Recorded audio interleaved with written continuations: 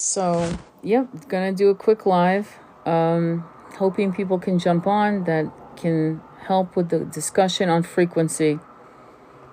There's a lot of things I've reposted. I definitely want you to go and see what I've reposted because it's probably going to help you understand what's going on and what we are fighting.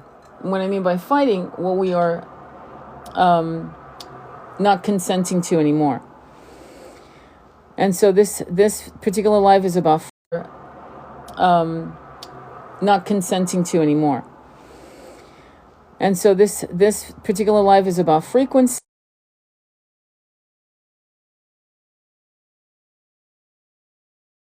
And I just shared the live with some people on my group. And again, this live is about frequency. We're going to be talking about egregores, frequency, and why these are important on a macro and microcosm. That's going to be super important because if you're looking to ascend, if you're looking to move out of this 3D jail, then you're going to want to listen to this live because it's going to give you a lot of things. There are some things you already know. Believe me, you already know it, but you're not doing it. I'm just going to be straight up. You're not doing it. So I'm waiting for 9 people to come on and 9 people to come on because I don't want to repeat myself and I don't want to go backwards. I really don't. It's kind of like that's why you get into class on time. You know what I mean? So I'm going to just wait. And okay, so frequency and the egregore, right? And if you guys don't know what an egregore is, I've done whole lives on egregores. So I'm going to share with you something very personal. I don't like to share personal shit because it's public. And public stuff is weird because you always have trolls. And not that I'm afraid of trolls, I just don't like to cast pearls before swine. But with that said, that's why you have to navigate between sharing evolutionary spiritual dialogue with your own people who follow you content creators out there. But you also need to make sure that you're not fucking spilling the tea on your own shit. That's not the point. No one should force you to talk about your own personal journeys. They're personal for a reason. All right, so let me see. 9. I got 8. If you could share the live, that'd be great. We're gonna talk about frequency and the ascension. Okay, and egregores. So yeah, 10. Okay, let's begin. So frequency. People talk about it all the time. When you start losing friends and family, and when jobs feel like they're no longer going to be a match, or your marriage, or your connection with someone, the reason why it's feeling more and more uncomfortable and more impossible is because you're no longer a frequency match. When you are looking to be in the journey of the 5D, and you've got very cynical people around you, cynical meaning, oh, you're utopian and you think that the world can be magical. And well, the world used to be magical. This planet used to be magical. As a matter of fact, it was filled with magic from the Lemurian, the people, the civilization of Mu, into the golden age of Atlantis. And there were pockets of golden age even when Atlantis fell. And this is known, okay? This is not woohoo shit. This is known. But what happened is with trauma comes cynicism. You understand? When you are to witness injustice again and again comes massive cynicism. And cynicism is not going to be your ally as you walk out of 3D into 5D. So there was a meditation I did with my twin on the other side of the veils.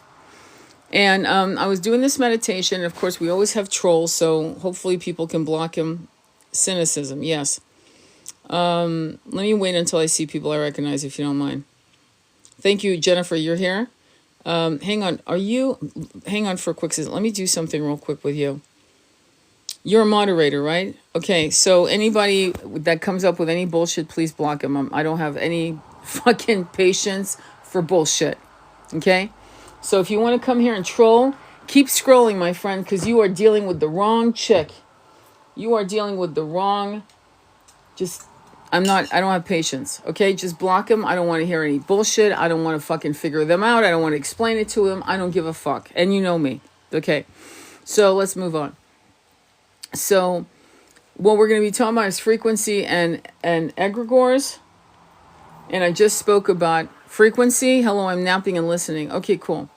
Well, when you look at the fact that you are no longer, thank you, that's very loving. Thank you, I appreciate that.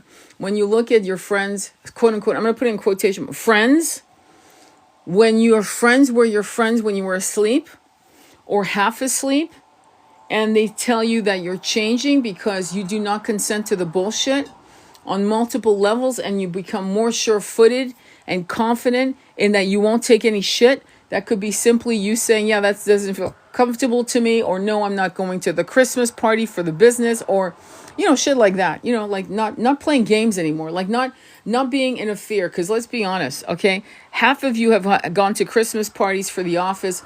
There was a fear that you wouldn't be considered a team player, okay? Half of you. The other half of you did it because you actually did enjoy it, and kudos to you. But so frequency has a lot to do with your ability to self-advocate every step of the way out of 3D into 5D. And in this constraint, in this very dense dimensional construct that we live in, that's been even more dense because of the 1%, that have held us by the throat for thousands of years, using religion, dogma, the doctrine of fear, the doctrine of you shall inherit the earth. By the way, they're not wrong. We will inherit the earth, but we're not meek about it. We're badasses. We're volunteers. And we're going to inherit the earth because our frequency is a match to where Pachamama, Bhumi, Gaia, planet Earth is going. It is its own entity, its own soul. You better understand that. A tree has a life force,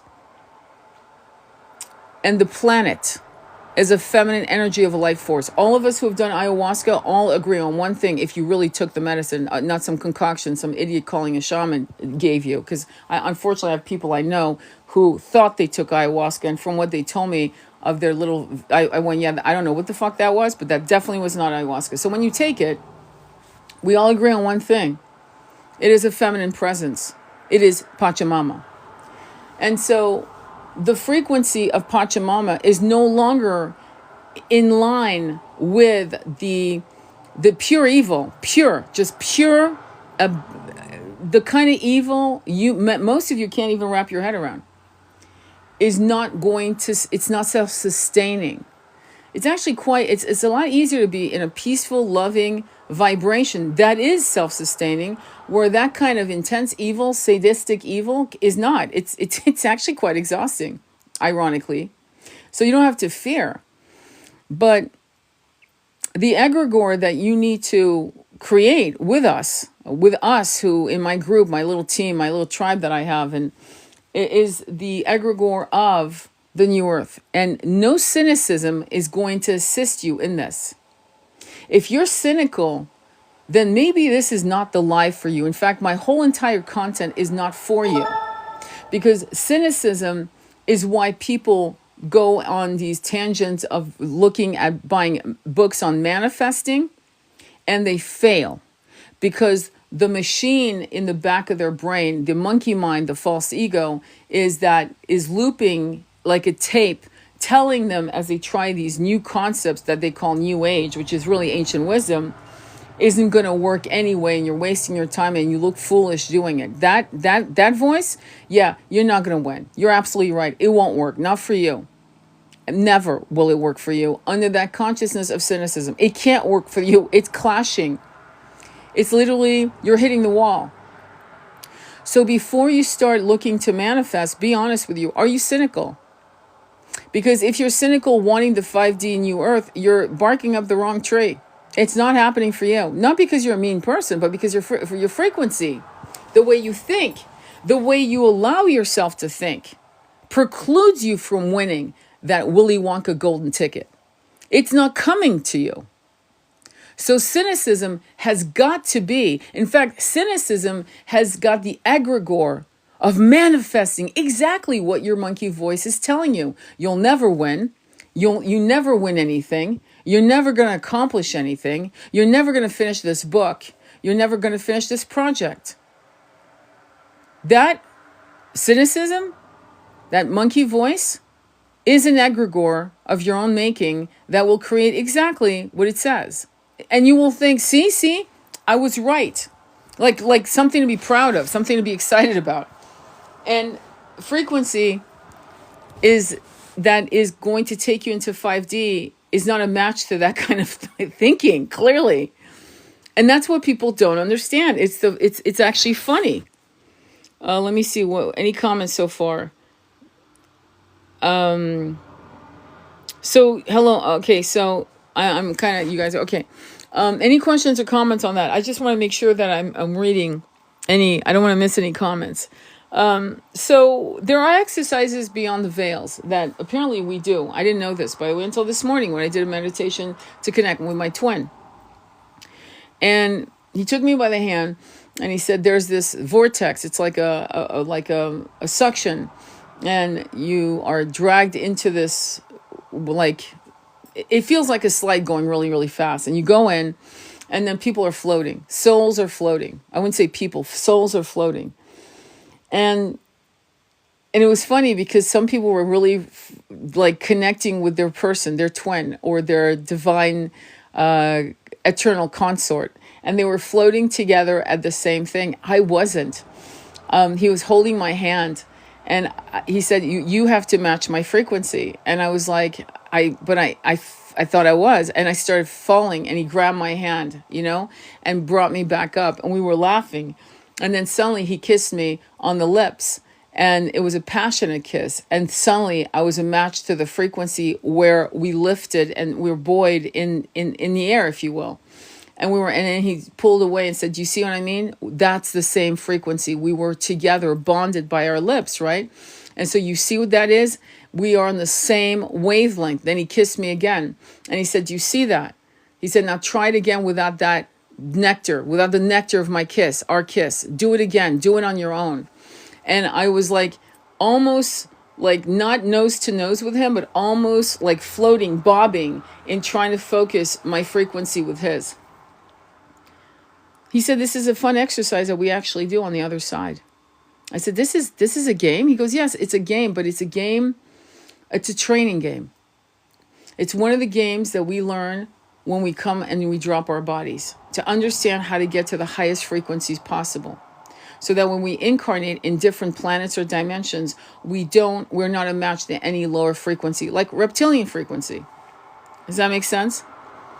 And so it's beautiful. Yeah. It's as real as any of the Akashic or hypnotherapy sessions that I do for clients. And I always get, support, meaning they will give me something to tell a client and they will say to me, oh my God, yes, this is true, or that's true. So the thing is that I'm not here to sell you on the fact that I actually had this experience. I don't really care if you believe me or not. I'm not sharing it for you to believe me. I'm sharing it for you to understand that these are the experiences that we have on the other side to raise our frequencies even higher once we've gone through multiple levels of clearing very toxic, dense, some scars from living in these incarnations. And many of us are not coming back on this planet for a long time. Just the thing you got to understand, I was like you in my 30s going, oh, I'll never come back here.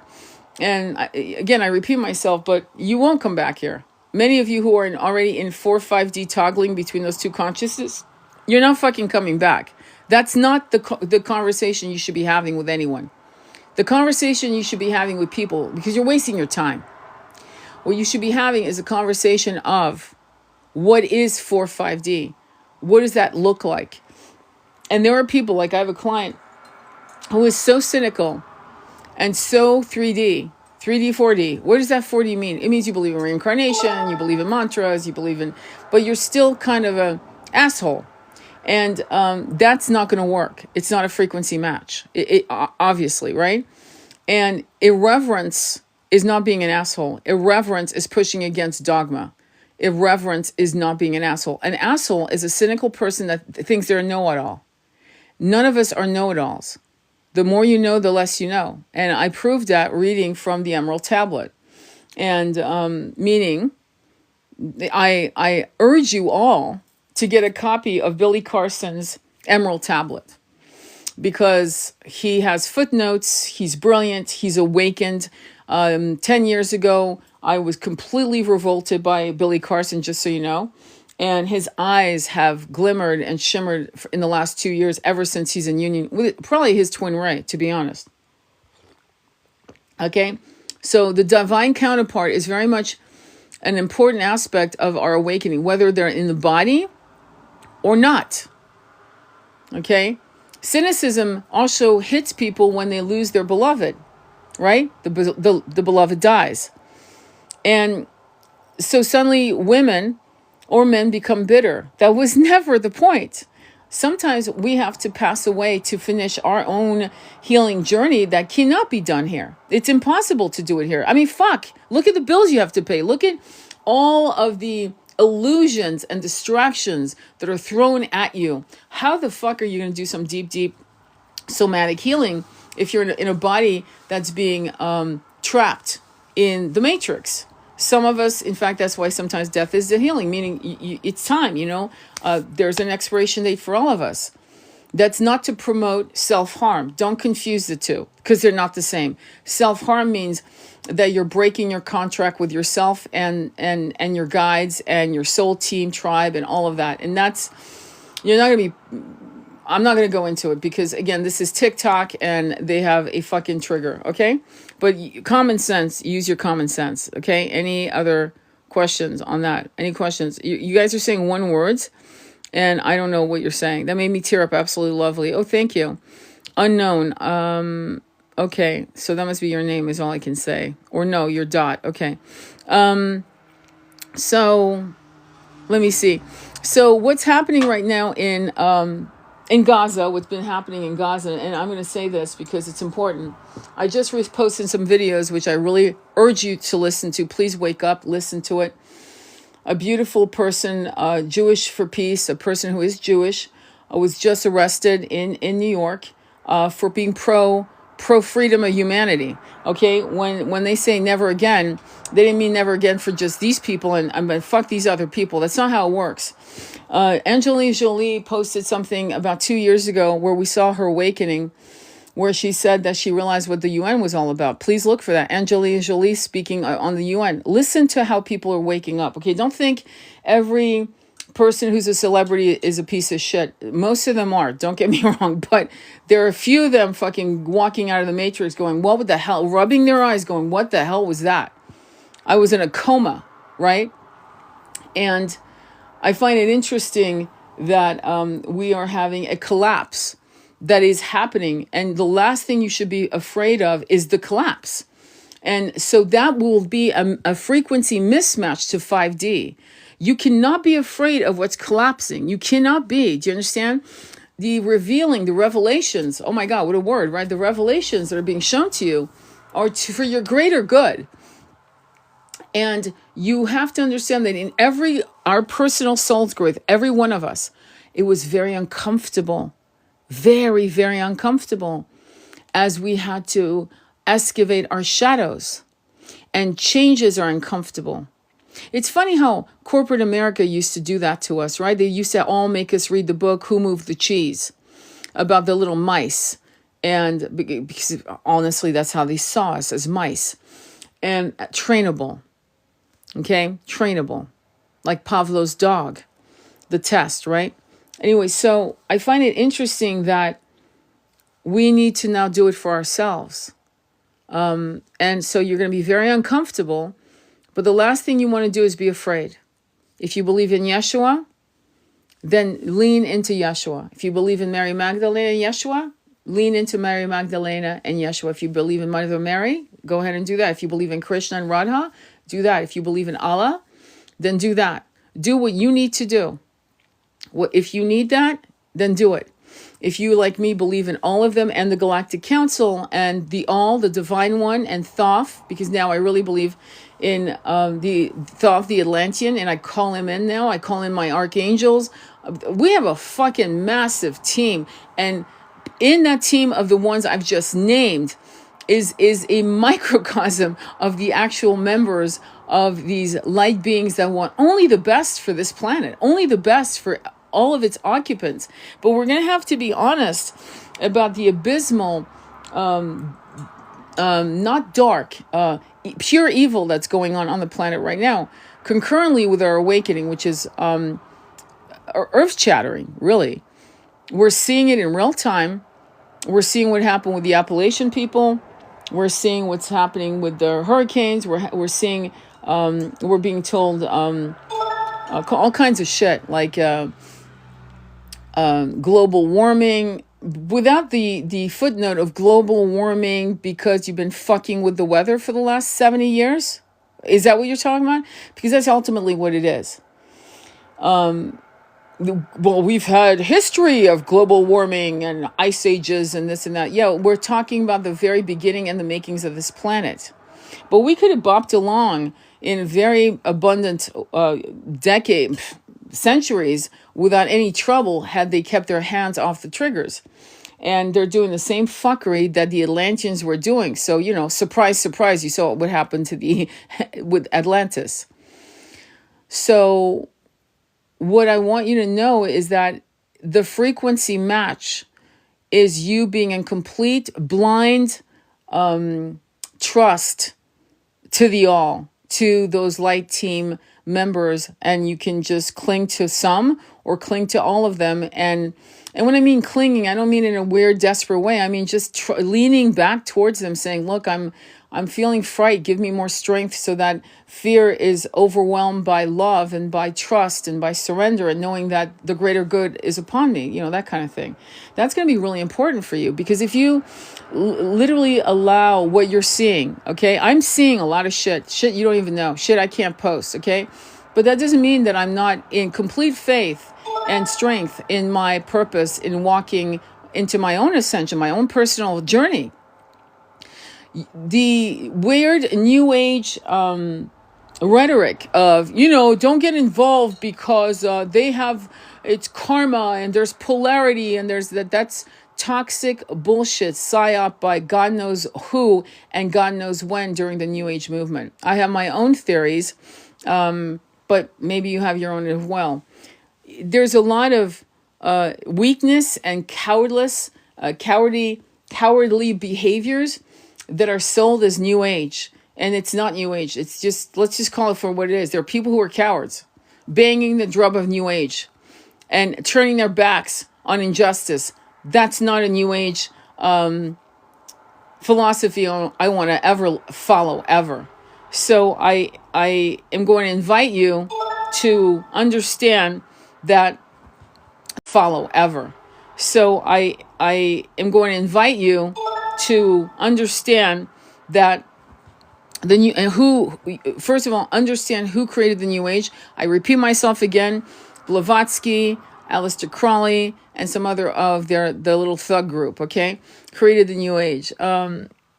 There was Edgar Cayce, the sleeping prophet, many of that movement, and you're going to have to be global in the way you see things, because a lot of it was smacked of racism and separatism and hierarchy. Okay, let's be honest, because if it's not inclusive, then there's nothing. Then it's toxic. Doesn't matter what it's coined under, it's still toxic. And I'm seeing a lot of New Agers wearing their Buddha buns and wearing their little crowns of crystals and banging the drum. I was talking to Andromeda Flame and Jennifer, as a matter of fact, and saying, isn't that funny how all the fucking heavy hitters wear normal clothes and no one's trying to play Buddha bun bendy?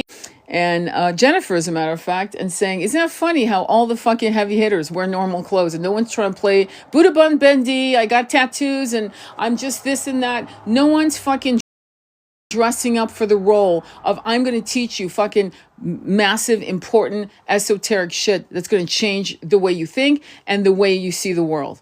No one does that.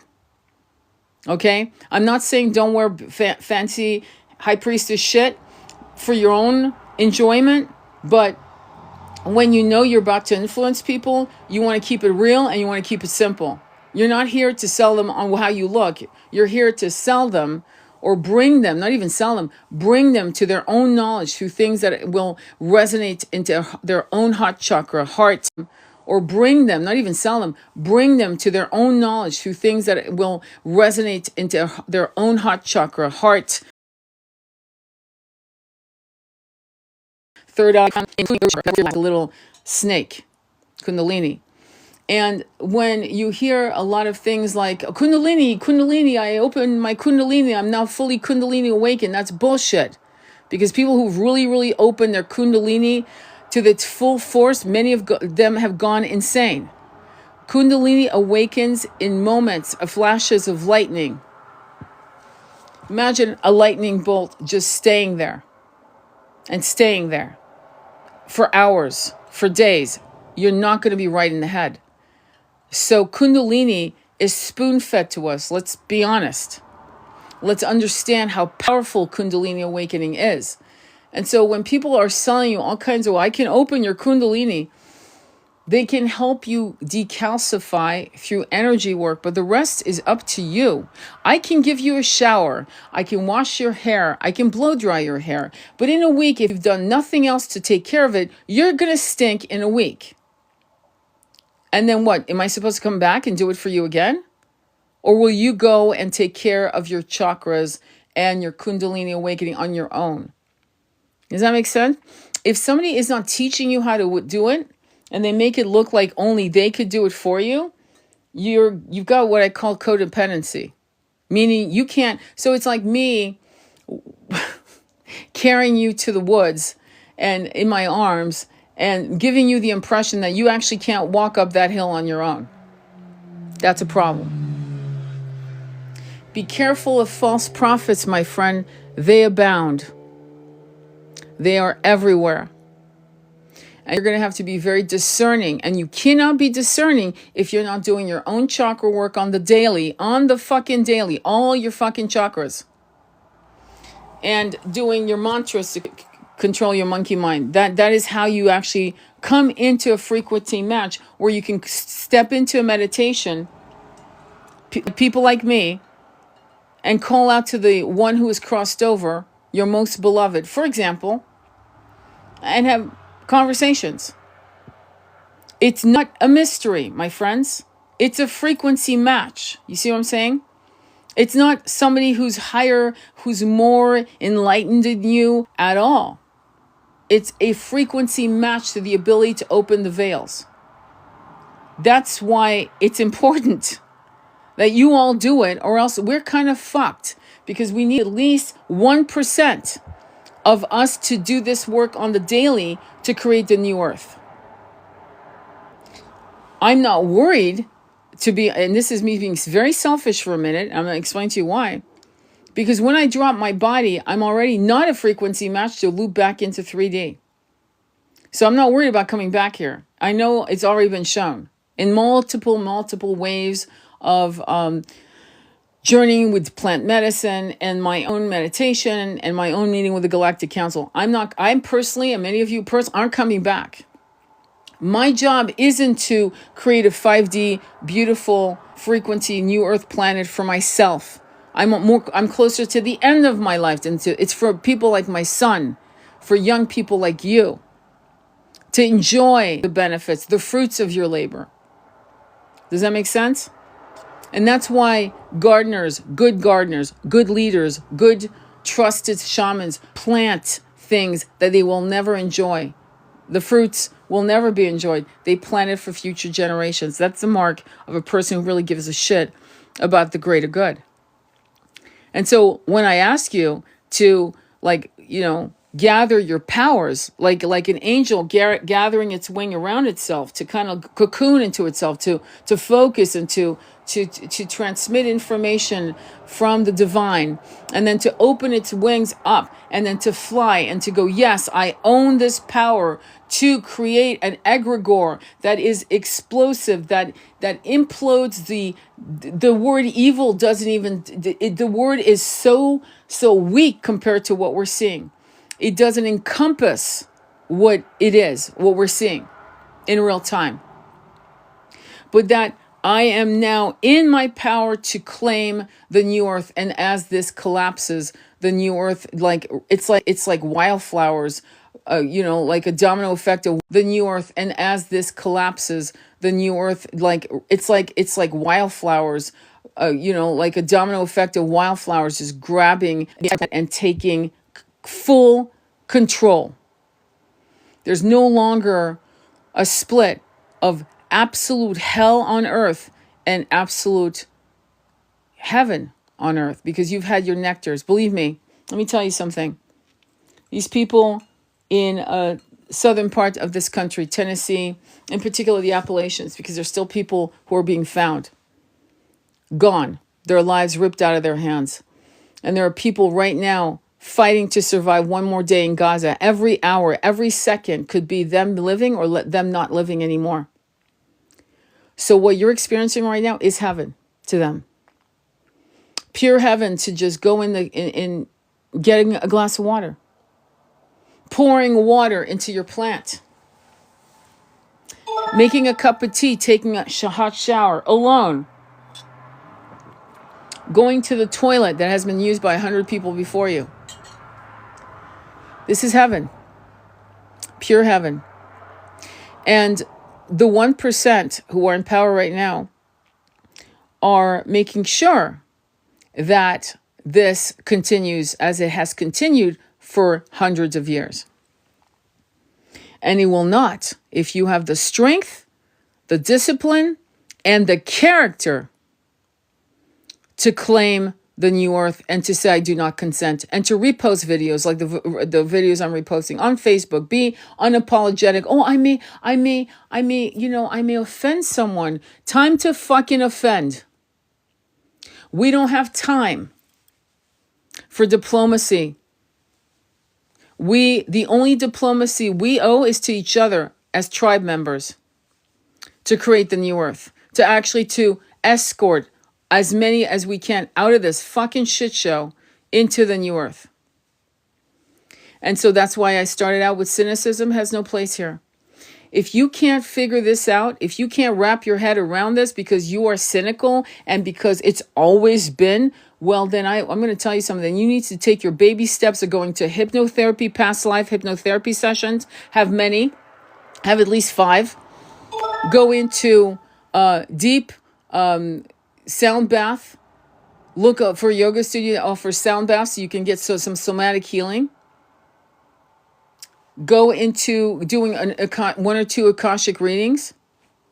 Learn how to meditate. Chant every day, all day long, until your monkey mind shuts the hell up. You better fight that cynicism. Because if you think that's the mark of an intelligent mind that actually dissects what is real and what is not, you've lost the plot. Cynicism is your enemy. It is a virus. Like a computer has a virus and starts eating up your files, your brain, your ability to actually transcend 3D. Cynicism is an enemy of your whole entire life. And so if you're surrounded by cynicism, I don't care if it's a client, it's time to say goodbye. You do not need that to fuck your day up. Okay? Because when you trust in the universe, you know that when you say no to, say, for example, a client or a job, more opportunities are coming your way because now you're on the right track. See, that's how you know that when you say no to, say, for example, a client or a job, more opportunities are coming your way because now you're on the right track. See, that's how you know you're on the right track. You will lose something and something better will be replaced by what you lost. And you'll be shocked going, oh my God. Well, it's not an oh my God. It's a frequency match to you saying, I do not consent to this. I do not consent to this job, this marriage, this relationship, the way my mother talks to me, my father talks to me, I do not consent. And the minute you don't consent and you close the door on that bullshit, oh, fucking 3 other doors open up. I'm not kidding. This is not woohoo. This is how the universe works. There's a law to this. And as long as you try to cater to shit will be your reality and you will become cynical. And that's just how it works. It's really, you don't have to be a psychic to figure this shit out. It's just common sense. But you know what? It's not so common. Political correctness died millennia ago. Thank you. Yeah, the words cannot encompass. Exactly. Those who are serious actually don't advertise. The real doesn't have to say they are real to be real. We just know. Exactly. Take solitude and contemplate prayer. Everyone can do.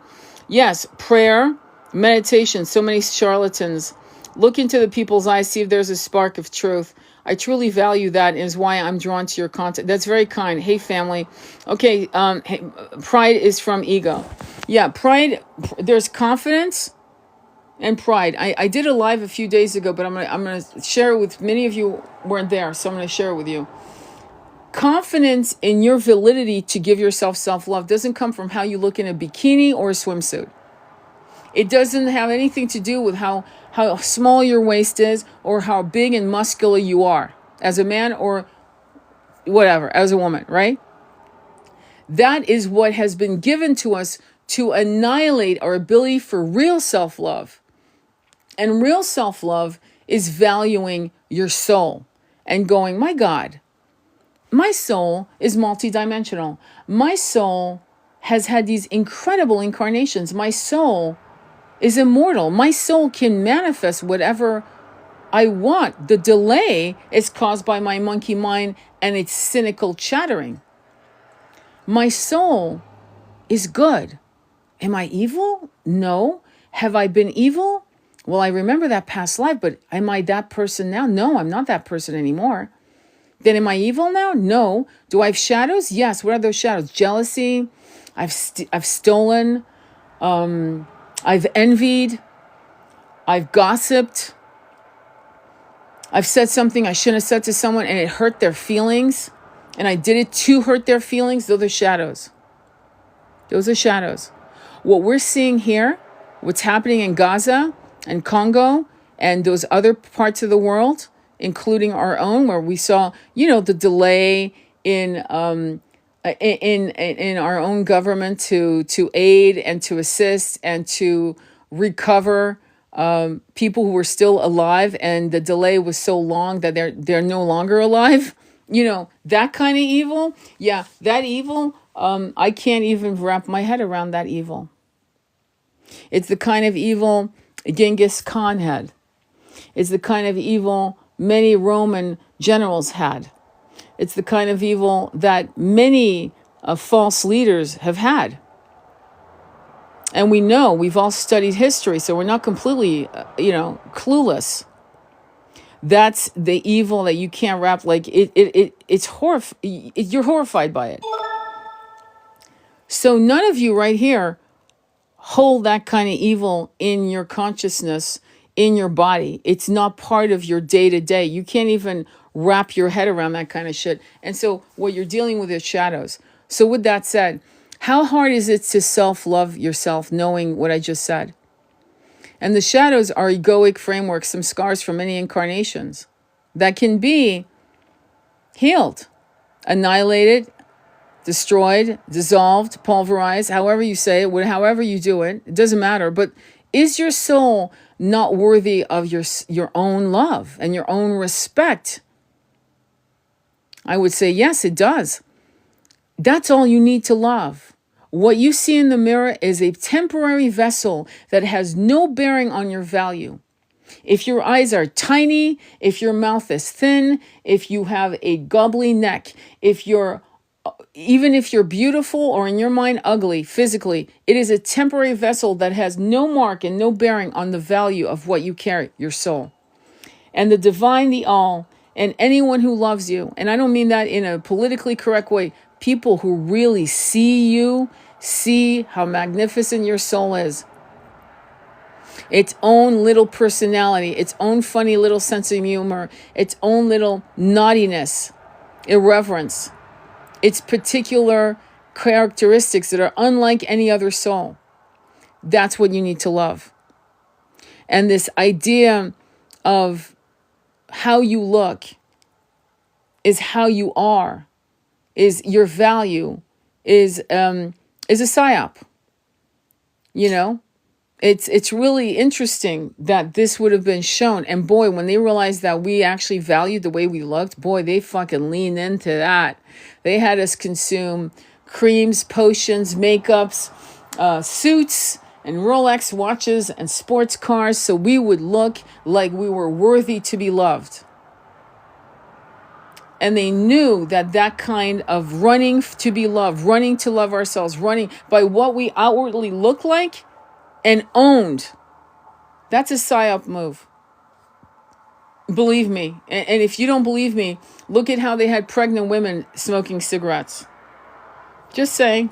It's like, that's a fucked up move.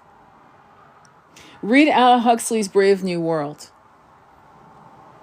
Because we are living in a time that, by the way, that was supposed to be a sci-fi book. It isn't so sci-fi anymore. You're going to have to, when you look in the mirror, the goal is not to look in the mirror at if you have freckles across your nose, or if your skin is as black as night, or as pale as the moon. The exercise is to look deep into your soul and not worry about the size of your mouth and how your ears aren't tucked into your skull, or how your collarbone or how your shoulders are narrow. You're having the wrong physical conversation with yourself. You should be having a spiritual conversation with yourself on how to deep dive into what your soul is so you can give yourself the capability to love it, at which point now you're a frequency match to the new earth. It's really simple, but not so simple because you now have to jailbreak out of your own brainwashing. Don't get me wrong. Go take your walks. Lift weights. Feels good. Sweat. Don't get me wrong. But you're not doing it really to look good. You're doing it so you can run up a fucking hill. You're doing it so that you can enjoy your life. So if you get on a train with a backpack and you're climbing up a mountain in the Swiss Alps or in Tibet or wherever the fuck you want to go, Africa, wherever, somewhere in Africa, you can actually do it. This is an organic machine. Whatever you want it to do, you make sure that you can do it. So you don't have diabetes. So you're healthy. So you're not, relying on insulin. And if they decide to do a lockdown now, you can't fucking get insulin. Now you're going on a bus ride to fucking Canada to get cheap insulin. Shit like that. You want to be healthy so that no one owns you. Nothing owns you. Does that make sense? And so when you start sweating and you're running up hills and you're doing shit like that, which I'm about to do after I do this live, when you are going through the depression of losing someone you love, losing multiple people you love. Many of you went through a massive dark night of the soul, not just because you're twins. Some of you have twins, some of you don't. But some of you went through it when you saw the lockdown. It shocked. Some of you went through massive fear. And the fear was created by the 1%. And I talk about that a lot because it's important to, before, know your enemy. And one of your enemies is actually your monkey mind, created by the multiple incarnations you've had in these dogmatic civilizations that wanted us as slaves, period. End of story. No fucking questions about it. It was a right of way. The Romans would conquer a nation, and like, for example, the German. Watch Gladiator again. Watch the movie Gladiator with new transcendental eyes. Watch some of these movies. When people are oppressed, they fight back. It's a normal thing. How many movies have shown us how they fail? From the movie Spartacus, the actual one with Kirk Douglas, they all fail. Isn't that interesting how they always show us how they fail? But to be honest with you, that's the whole point of brainwashing. They always show us courage, but they always fail. In all the movies. I'm not Braveheart, he fails. Rob Roy, he kind of fails. Christ, he fails. You can go down the list. It's kind of I'm actually thinking out loud with you guys, going, holy shit, that's some brilliant psyop shit. And the best of the best, the Roman Catholic Church fucking knew their game. Do you know that there was a woman who was a pope? Her name is Joan Pope. Joan, she was called La Papesse. This is known. They have movies about it in Europe, not here, of course, you know. But it's called Pope Joan, 9th century. Go down that rabbit hole. There are books on that shit. In the 9th century, there was a woman who was a pope. Why is that important? Well, because it's not common knowledge. And because when something like that is not common knowledge, it's a form of control. Did you know men were married to each other in the 9th century? Yes. And that's not shit you can Google, my friends. Though on Pope Joan, you can Google it. But those are ancient books from the 1800s, books from the 1700s that you need to find. There was a time when the internet was opening its door to worldwide information. Besides the porn, industry getting fucking full on, what was also happening is there were scholars uploading shit, paintings of the Borgias, the biraciality of the Borgias, meaning they were half white and half blackamoors. And a lot of this stuff was being brought up. Why is this important? Because when you suppress information, you're controlling the mass consciousness of a people. That's why it's important to know everything. There was I was telling a friend of mine, there was a sacred, it's called the Sacred Band of Thebes, Thebes. Why is this important? Well, because they were a special force unit of fighting men who were gay. 24 men. Philip of Macedon fought them. They had been a special force for almost 50 years. The king of Thebes, I believe it was the king of Thebes, I think.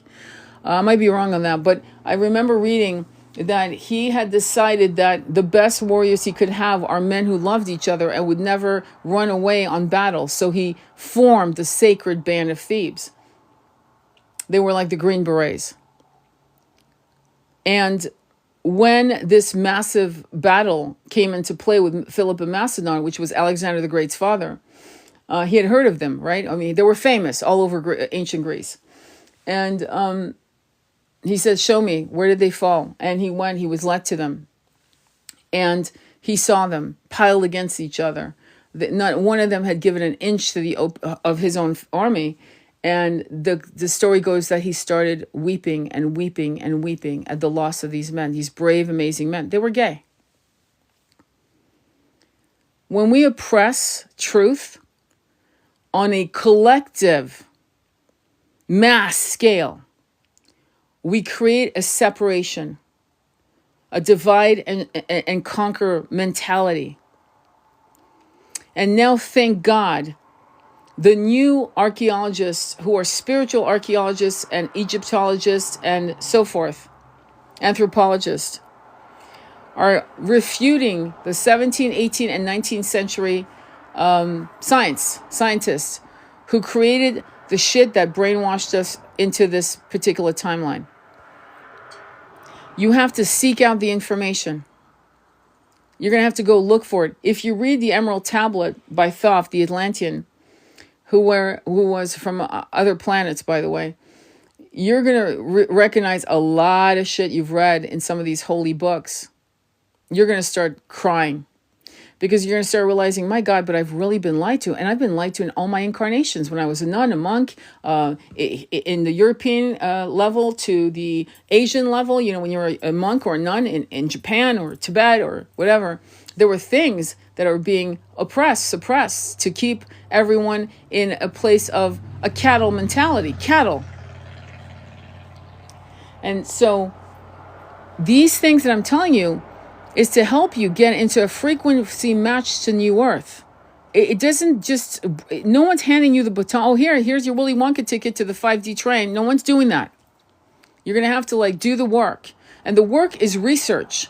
The work is knowledge. The work is listening to people like Billy Carson, Astral Legends, and Dr. Joe Dispenza, and Regina Meredith, and thank God we have her, but she's not really writing a lot of books. You've got Lee Harris, who's talking about what the consciousness shift. Be careful of false prophets who are very happy to tell you that the end of the world is coming in an apocalyptic way, not in a spiritual transcendental way of, yeah, we're crossing the bridge. Of course it's ending. Hello. Thank God. Clap, clap, standing ovation. But they're not saying that. They're saying it's going to be a shit show, as opposed to saying it's a bridge that we will cross from one-dimensional consciousness of ignorance and darkness and absolute pure evil into a world that cannot frequency match to these 1% that are hell-bent are making our lives miserable and have been rubbing their hands together for centuries, doing it very successfully. That's why they're afraid of us, because we matter. Does that make sense? So that's why you need to wake up. Oh, hey, Andromeda. The internet has given a great capability to share information. Absolutely, James. I'm with you on that. Hey, beautiful. You're beautiful. So, any questions or comments? Do you guys want to... Andromeda, would you like to step in? Does anybody want to step in? Here, let me invite you. Maybe you have some things that you'd like to share. We owe it to each other to help our fellows to cross. Yes, but do not beat a dead horse. You're going to have to be very careful with that one. I'm with you. Because many of you are going, but I'll leave my mommy behind. Your mommy might need one more turn in the street shit show to wake up, and you'll be on the other side helping her. We are multidimensional. That means we can have multiple experiences concurrently. This is not woohoo, this is real. I remember my mother, God bless her soul, who took me, I think I was like 20, I think I was 29, and she took me to, I wish I could remember what it was called, but it's something that they have in Los Angeles, and it was a man who was talking about having concurrent incarnations. Amazing. And what he was saying, because my little monkey mind was still kind of, trying to process, but I sat there in a schoolroom, like in a university, with my mother, and we bought his books, which were lost over time, unfortunately. But he was talking about seeing himself in concurrent incarnation. Now, Dolores Cannon did a hypnotherapy session with multiple people on Nostradamus. And the premise was that Nostradamus was actually seeing us, meaning us as we are now, or then, wherever. And he was communicating to her across the veils of the illusion of time. Okay? So clearly he was gone in our conscious understanding of timeline. But she had been able to work with certain clients who had a certain quality where they could surrender to whatever, and she was having conversations, and they were talking about the quatrains. Okay? That's the only one hypnotherapy that she shared that I really resonated with ease. You know what I mean? To be honest. But you may want to check it out because it's lengthy. Don't get me wrong. Okay, it's lengthy, and it's kind of there's some clunkiness to her writing. This is why I went with Michael Newton in his training for hypnotherapy, because the way he wrote with Journey of Souls, Destiny of Souls, it was very fluid. It just moves. And as a writer, personally I'm a writer. I like to write in a way that it's evocative, but it's not clunky. Like there's too many words, It's kind of like Amadeus Mozart. There's a couple too many notes. Just cut a few notes and you'd be fine. That kind of shit. Sometimes economy of words, but you want to use words that are so evocative, you're there within seconds. They need to help themselves. Happy to jump in. Okay, great. All right, hang on. Let me send you as a guest. Okay, here we go.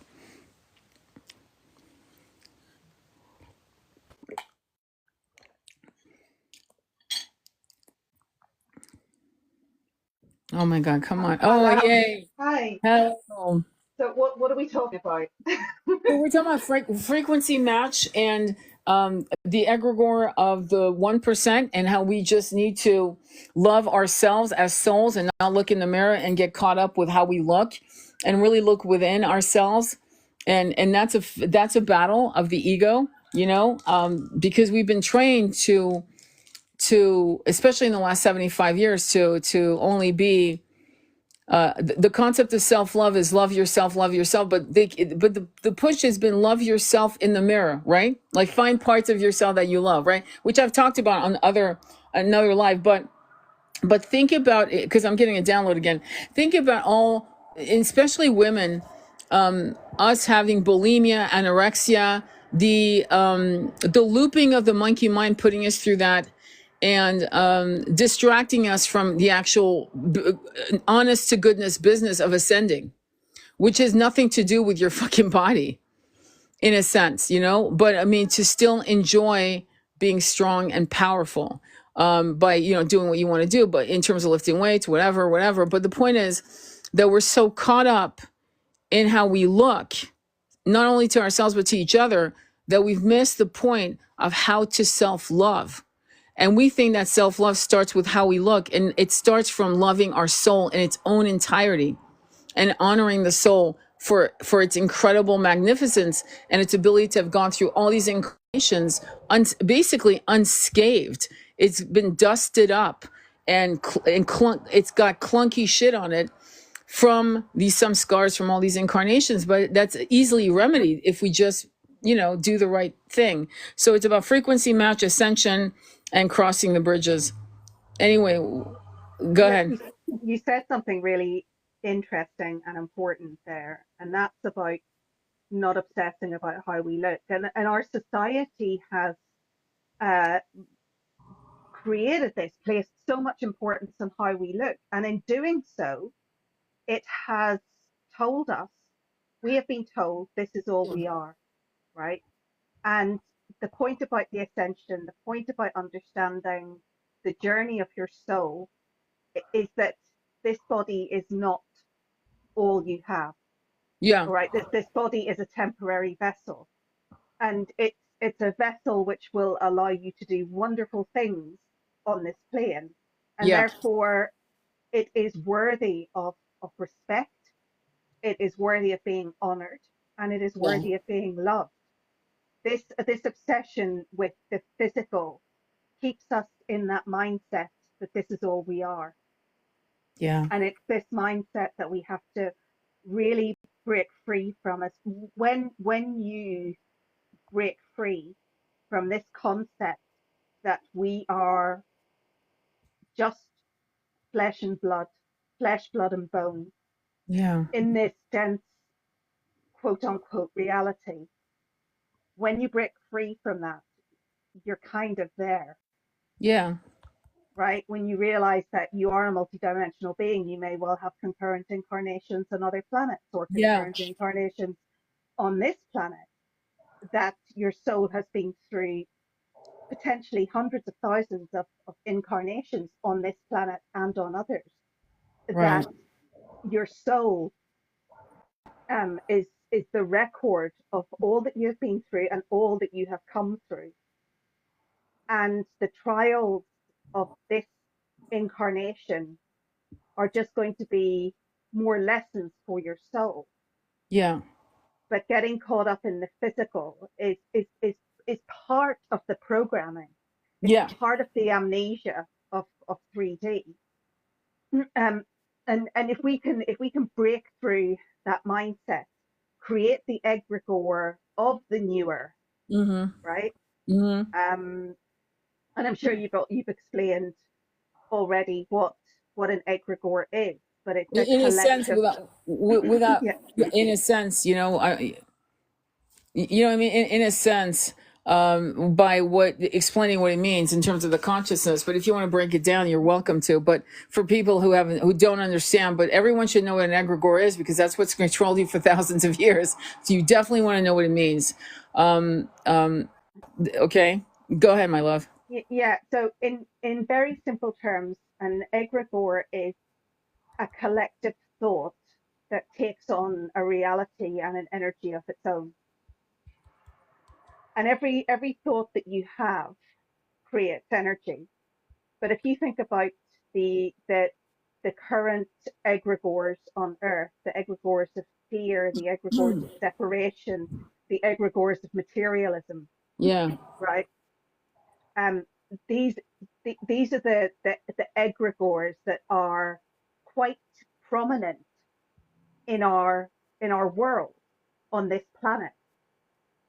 Now, if 100 of us, 1,000 of us, start creating another egregore, that we are not going to be bound Mm-hmm. by this third density, that we are not going to be bound by fear, that we're not going to be bound by the recurrent and persistent attacks on our root chakra. If we create that egregore, we are creating the new earth. Yeah. And No, that's it. Yeah. That's it. That's it. I agree with you. Anything else that you want to add to that people need to understand? Because I think we have been well conditioned, and wouldn't you say we've been well brainwashed, conditioned? It's been a great success. I I see. mean, it's been a marvelous success. I mean, there's so many success stories with this agenda, not Yeah. least the amnesia and how difficult it is to cut through that amnesia because of the density of this planet, Yeah. because we're so saddled with the the the, the business of survival, Yeah. that we don't have the bandwidth, the capacity, the time for self-actualization. Yeah. Again, the chakras, okay? Like if your root chakra is being attacked through um, through abuse, um, through insecurity, through a lack of safety, through famine. Can I jump in, please? Yeah. Because they're showing me, and I need to share that. Sorry, I don't mean to be rude, but I need to jump. Okay, what they're showing me is that what's happening in Gaza, what's happening in the Appalachian Mountains, where many of you have been like bemoaning, right? Going, but I'm powerless, powerless, powerless, right? I wish I could go. I wish I could go up there and volunteer, but I can't because I don't have the money, or I don't have the time, or I don't have that kind of time. Because every day I miss work, I don't have money, right? Okay, so that is by design to make you feel powerless. So here's what I'm being told to tell you. When you feel that way, I need you to go into micro, whatever, meditation, micro meaning 5 minutes, if you can. Immediately go into meditation and see the new earth. That's it. That's all you need to do. And keep doing that. In your meditations on your daily, you need to visualize the new earth. When you're driving, visualize the new earth, saying gratitude. I'm so glad I now live in the new earth. I'm so glad all of us are now living in the new earth. What they're trying to train you to do by watching some of the shit show that we're seeing, especially in the massacre going on in it's like it's Trail of Tears but worse, okay? Because we're gonna have to call it that, the Trail of Tears of the Middle East. They are training us to feel powerless.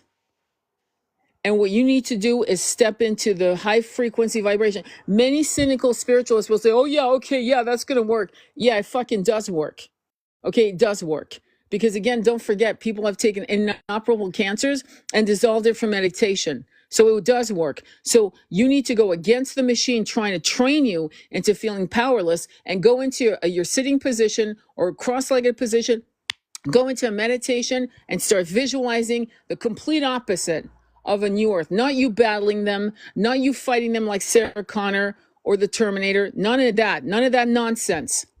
Okay? You're going right into what does the new earth look like? Well, there's abundance, there's peace. All these MFers are no longer controlling shit. I own my house. That means I own my house. There's no taxes. There's no bullshit. There's no serfdoms. There's none of that shit. It's over. Game over. And that's no longer how we're led. We're led on a round table type of a system of fairness. And the wise ones who want the best for us are brought into play and into guiding us, not leading us. There's a difference in consciousness. And so you don't even have to be that complex. Just see the new earth and thank the world, thank the universe for the new earth, being gratitude. If more of us did that instead of feeling powerless and crying and crying and crying, we'd be going there faster. Go ahead. I'm sorry. I needed to, because he told me do that. Tell them. So I'm Yeah. sorry. And we would go there faster. This is energy work, right? You don't need a certificate in Reiki, all right, to be able to do energy work. Look at what happened with the storms, right? Look at what happened with the storms recently, when people got together and visualized the storms abating. This stuff works, and Mm-hmm. part of it working is, well, one of the most important parts of it working is actually assuming the energy of what you're trying to manifest, Yeah. right? So Yeah. when you are, when you're visualizing the new earth, right, actually be there. What does it sound like? What does it look like? What does it smell like? Who's there? Yeah. Right? What do the children look like playing? Yeah. What's the plant like? What's the sky like? Are there buildings? Visualize it. Take yourself there. Be in that energy. Sit in Yeah. that energy, and it will create that new earth. Because Exactly. every single one of you has the power to co-create with the universe, to co-create a better, a different reality, a better, a different existence for all on this planet. And this is Exactly. what we're here to do.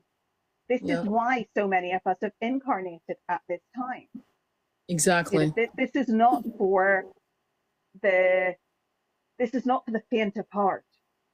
Those of you, and I'm not talking about, chosen ones. I can't stand that Exactly. nonsense, right? Those of you who have volunteered, those of you who have incarnated here, those twins, those light workers, those star seeds, we are here with a collective mission to see in Earth's ascension. And some of us are Exactly. already existing in 4D, 5D, even 6D, Yeah. but we still have a job to do. We still have a job to do to raise the collective consciousness. And there's been a massive collective awakening. There are Yeah. people who before were completely politically unaware, who are actually taking an interest in what is going on and why is it happening. People are starting to use the language of the 1%. People Yep. are starting to understand that there are more of us than there are of them, that we have the power to create a different reality. You have communes and communities springing up all over the planet of people who are living a sustainable, peaceful life. Yep. This is happening now, and it's time to get on the ascension train. Get your Absolutely. ascension skates on. Yeah. Yep, exactly. And that's why this concept of powerlessness, I need you guys to spread the word. When people start, oh, I'm just so depressed, I just feel like I can do nothing. Tell them, pray. And I don't mean pray begging to God in fear and sadness. If they can't, because see, praying, the way people have been taught to pray is to be on, it's fine to be on your knees. In fact, I've done it where I'm completely, my whole body's on the ground, and my forehead. But that's not what I'm saying. Make sure that when you pray, the concept of prayer is talking to God, right? And when you talk to God, go, here's what I'm going to direct you. God, thank you so much for the new earth. I am so grateful for this incredible planet with abundance for everyone. I am in deep gratitude. Thank you for allowing me to be part of this magnificent transition. And I am just in love with my life. And I know how happy people are now. This 5D dimension, this new earth, just these are the terms you want to use. It's an egregore. These are terms that we're all using. Do you understand? So be on the same page. And then that's it. Then you can go into a meditation. Does that make sense? Or just reflection, because in many of these Orthodox religions, reflect. Okay, then go ahead, reflect, listen. What are your guides saying? And don't you dare gaslight yourself. Don't you dare. Listen to what's being said to you, and I would tell you, write it down. Yeah. Journalist. In a year from now, you'll go back. And yeah, and you'll go, holy God, we're not where we were a year ago. That's going to be very important. In terms of meditation, I want you, and I'm going to direct traffic again. I need you to work on your chakras. Okay, right up before you go, and then go right into, I am so grateful for this new earth, and start visualizing the new earth. What does that look like? Well, first of all, it means Trudeau, Biden, Kamala, Trump, all of these people, Macron, Bibi Netanyahu, none of these people, it's not that they've been harmed. There's no harm. They don't exist in the new earth. They can't. They're not a frequency match. That's why I share with you the beginning of a very personal journey with me and my twin. So I need you to do that so that we're all on the same page or something like that. Can you add to that, my sister? Yeah, that gratitude is really important, right? And it's I am so grateful for, as you were saying, for the new earth, but I'm so grateful to be here, to be part of this ascension, this campaign for ascension. But Yeah. also, why does Earth deserve this, right? Because one of the pillars of manifestation is who's going to benefit from this. Why does Yeah. Earth, right, deserve this ascension? Well, Earth deserves this ascension because Earth has been, Earth is one of the most uh, difficult planets to live on. This is why some souls never incarnate on Yep. Earth, because the density is just too much. It's too difficult. There's too much pain. There's too much greed, and of course, all of these things are experienced in third density in a not non-transcendental way. Um, so why does Earth deserve this? Right? Yeah. Earth really does deserve this. Every living being on this planet deserves it. Take yourself away from judgment. Take yourself away from the concept of separation, Yeah. right? Because we ascend as a planet. Yeah. Um, and yes, work on your chakras, and remember, it's not really. I mean, yes, of course, if you're just working on the seven chakras, that's better than nothing.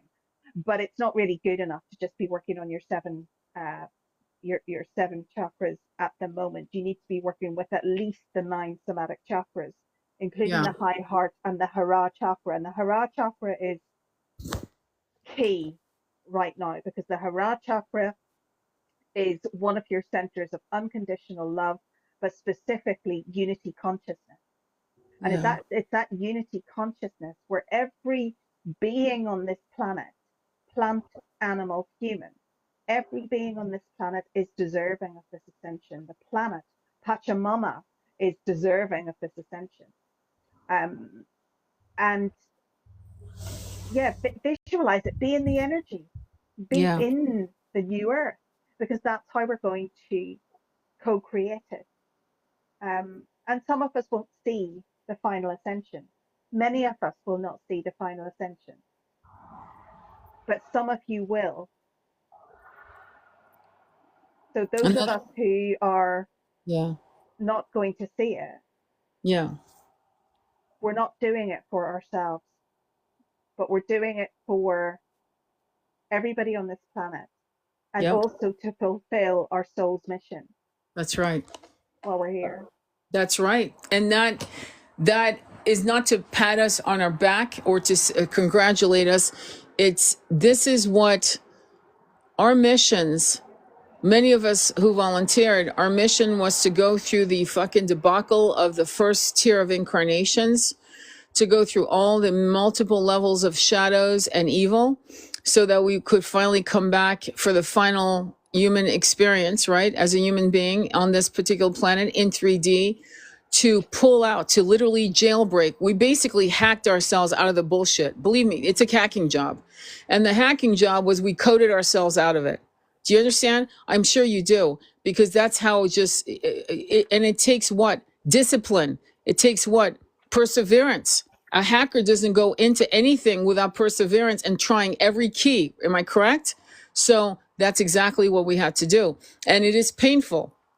And so when you decide that you're sick of your own monkey mind, that you are sick of the bullshit of you going in and out of consciousness, meaning sometimes you just want to be asleep, you just want to sleep, you just want to go back to your habits, whatever those habits are in the material world, which are, you know what they are, you know what habits they are, and you keep going back. That's not to beat yourself up. It's for you to witness that with loving compassion, going, okay, I know what I'm doing. I know why I'm doing it. And I'm going to give myself a break, but I'm still not going to stop. I'm not going to regress. The regression is out of the picture.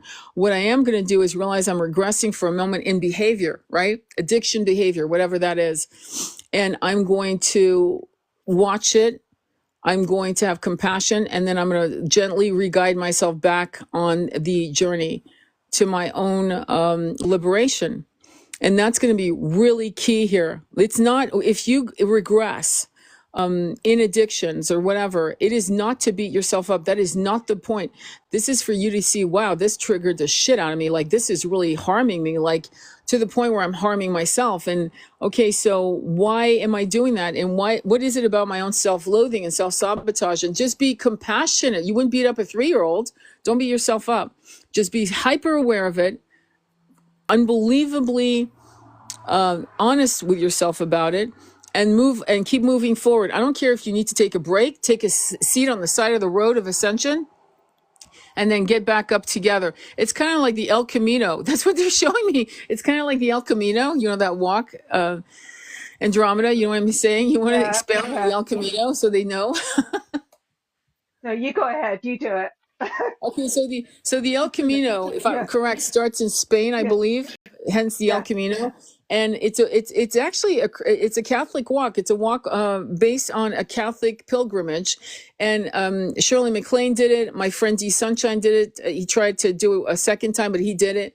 And the El Camino, you get a little passport type of thing, and you get a stamp, and they offer you like really crappy food, and but you meet the most incredible people, and you end up. I think you hit the ocean in France, and it's a walk. It's a pilgrimage walk, but it is a spiritual walk, and it is a walk of self-assessment of your tenacity, of your ability to discern, of your ability to not, because you know you've got a little backpack with all your belongings, and you've got boots on and socks, and you're taking them off, and you got blisters, and you keep on going because your goal is to make the El Camino.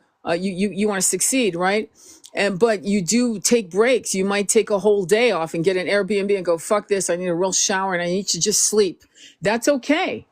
I need a really, really good meal. And then you go back on with new socks, and you know, maybe you even get a new pair of hiking boots, but you continue the journey. And similarly, that's what the 5D Ascension walk is. And it is a walk, and it can be hard, but along the way, you'll meet fantastic people. Some of them will be you part of your tribe for the rest of your life. And some of them will just give you knowledge and wisdom for that day or that hour, and you will never see them again. And it's not supposed to be a long-term relationship. It was just wisdom, nectar brought to you, or even dissension, you know, issue, like a conflict, a fight, something. And again, you move on and you keep moving forward until you hit your goal. And that's basically what they were showing me as an example of what we're all going through individually and collectively. You know what I mean? I think the idea that this is a walk is really important. Have you ever heard the saying, it's a marathon, it's not a race, right? Right. Yeah. And um, that is what the ascension is. In a way, that's not to say, well, you have to pace yourself and you have to take days off. That's not really what I'm saying. But what I'm saying is that you're going to have to be gentle. You're going to have to be kind to yourself through this process, Right. because you're going to encounter people who don't want to hear it. Right? They're going to be people in your life who you're going to have to leave behind because they don't want to hear it, right? Right. Or they're not ready to hear it, or they're not a vibrational match um, at the moment. Yeah. And so there are going to be roadblocks, okay?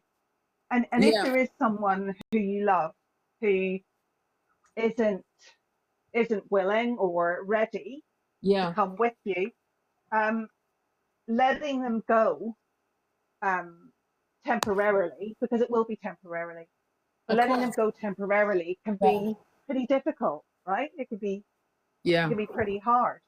Um, Roadblocks like this, roadblocks like, as you were saying, getting triggered by things, but actually not allowing that to derail you. What makes the Yeah. difference between somebody who's going to ascend, right, Yeah. versus somebody who just talks about it is somebody who can keep doing the work despite the triggers, despite the hardship, despite the roadblocks, right? Yeah. Somebody who can keep doing their chakra work, who can keep the new earth in their sights despite all the bullshit, despite the daily bullshit that you're going to encounter. That is the difference between somebody who, I don't want to say fake spiritualists, because there are going to be some people who are not fake spiritualists who don't make it because uh, they are so entrenched in the energy of fear, right? Yes. Um, but keep doing the work, keep Yeah. working on your chakras every single day, and it's not a this is not an abstract thing, right? Thank Because if you you're for saying that. right, because if Yeah. you're working on your chakras, what you're actually doing is you're making yourself resilient. Okay, you Yep. are you're building in resilience into each of your chakras, so that when you do come across these stumbling blocks, the habit, right? This habit of you doing your daily chakra work, this habit of you doing daily meditation will be so ingrained that Yeah. there'd be absolutely no question of you missing a day just because somebody pissed you off, right? Exactly. Um, and and this is the point. You need to really invest in yourself. Make again another cliche. Why am I using so many cliches tonight? I have no idea. But make hay while the sun shines. Yeah. Okay. So when Yeah. things are good, make sure that you're doing your chakra work. Don't rest back in your laurels, because there's one day when the shit's gonna hit the fan, when something's gonna happen that's gonna trigger you, that could threaten to derail your ascension path. Don't let it. Keep going It's every single day. exactly. So one thing I want to ask you is, you guys follow Andromeda Flame, because she's got a whole bunch of series of videos on chakras. Number one. Number two, what is the excuse I get from clients all the time? I'll ask them, because they'll tell me, they'll come for a reading, and they'll say, I'll say, so, hey, what's going on? And they'll say, oh, just everything's shit. And I went, first question asked, when was the last time you meditated? They're embarrassed to say it. When was the last time you worked on your chakras? Well, I've been very busy. I'm like, and I'm not your, I'm going to kiss your ass reader. Okay. I'm a spiritual coach. I'm not going to what do you mean busy? No, seriously, how busy can you be? I used to work at a job where I would go to my car and meditate for 15 minutes because that was all I had. Okay. So no one's that busy. In fact, there was a time when I was meditating twice a day, morning and night. No one's that busy. But it's interesting, if somebody had a heart attack and you had to go to ER, suddenly the whole world would drop. You would leave your job. You would do whatever it took to get to that ER, to be with the person you love or cared about, to be with them. So you have to basically make a pact with yourself that this is an SOS, and that you decide how busy you are, that you can't do a 9 minute, and the minimum I give some clients who just are starting in meditation is 5 minutes. 5 minutes for the rest of the year. Why? Because we got less than 2 months left. Why 5 minutes? Because it's the habit. I'm not impressed with, so, oh, I meditated an hour. When was the last time you meditated? Oh, well, about 2 weeks ago. Oh, it would be akin to saying, well, I washed my body 2 weeks ago. We can all agree no one would want to stand next to that person in a train, bus, or an elevator. So similarly, though the energy is not palatable, it is palatable in the way you can actually walk your path to your own ascension. So 5 minutes a day till the end of the year, and then adding 1 minute per day. If you're really kick ass, you'll do it 1 minute a day per week until you hit 15 minutes. Then after that, no one has a right to take away your time to meditate for yourself. You will train, and I mean that, train everyone to respect that mommy or daddy or Uncle Bob or whatever is meditating, and don't fuck around. Leave them the hell alone. They're meditating. Get a sign if you have to on the door. In meditation. That's it. There's no excuse ever. And as a matter of fact, if you have kid, oh, well, my kid, no, I don't care. This is the one time you have to say, babies, mommy or daddy needs time. You are not going to disturb me. I'm in meditation. I love you. And because I do this, I will be a better parent to you, which is true. So you're going to have to be fierce about it. Right? Don't you agree? I That's not a completely agree. negotiating, right? I no, I completely agree. We've all the problem is that we fill our time.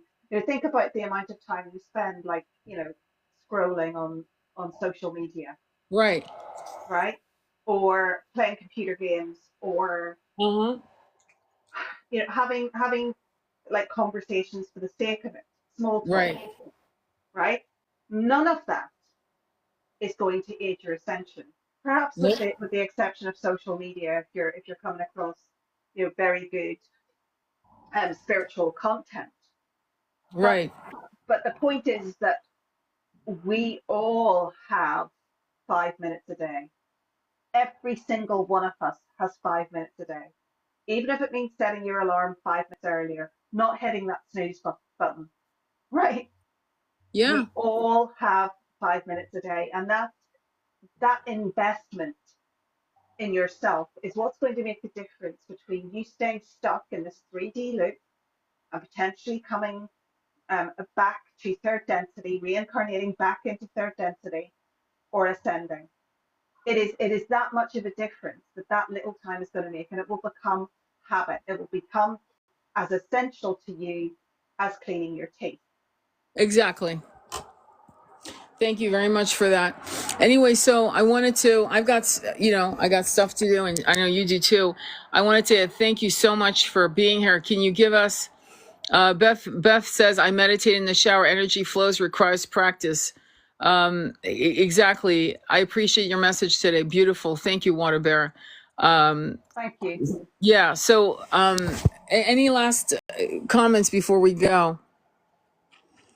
No, I think it just, I suppose, a summary of the message, which is do your own energy work, Hmm. okay? Do your own spiritual hygiene and keep visualizing the new earth. Create that egregore for good,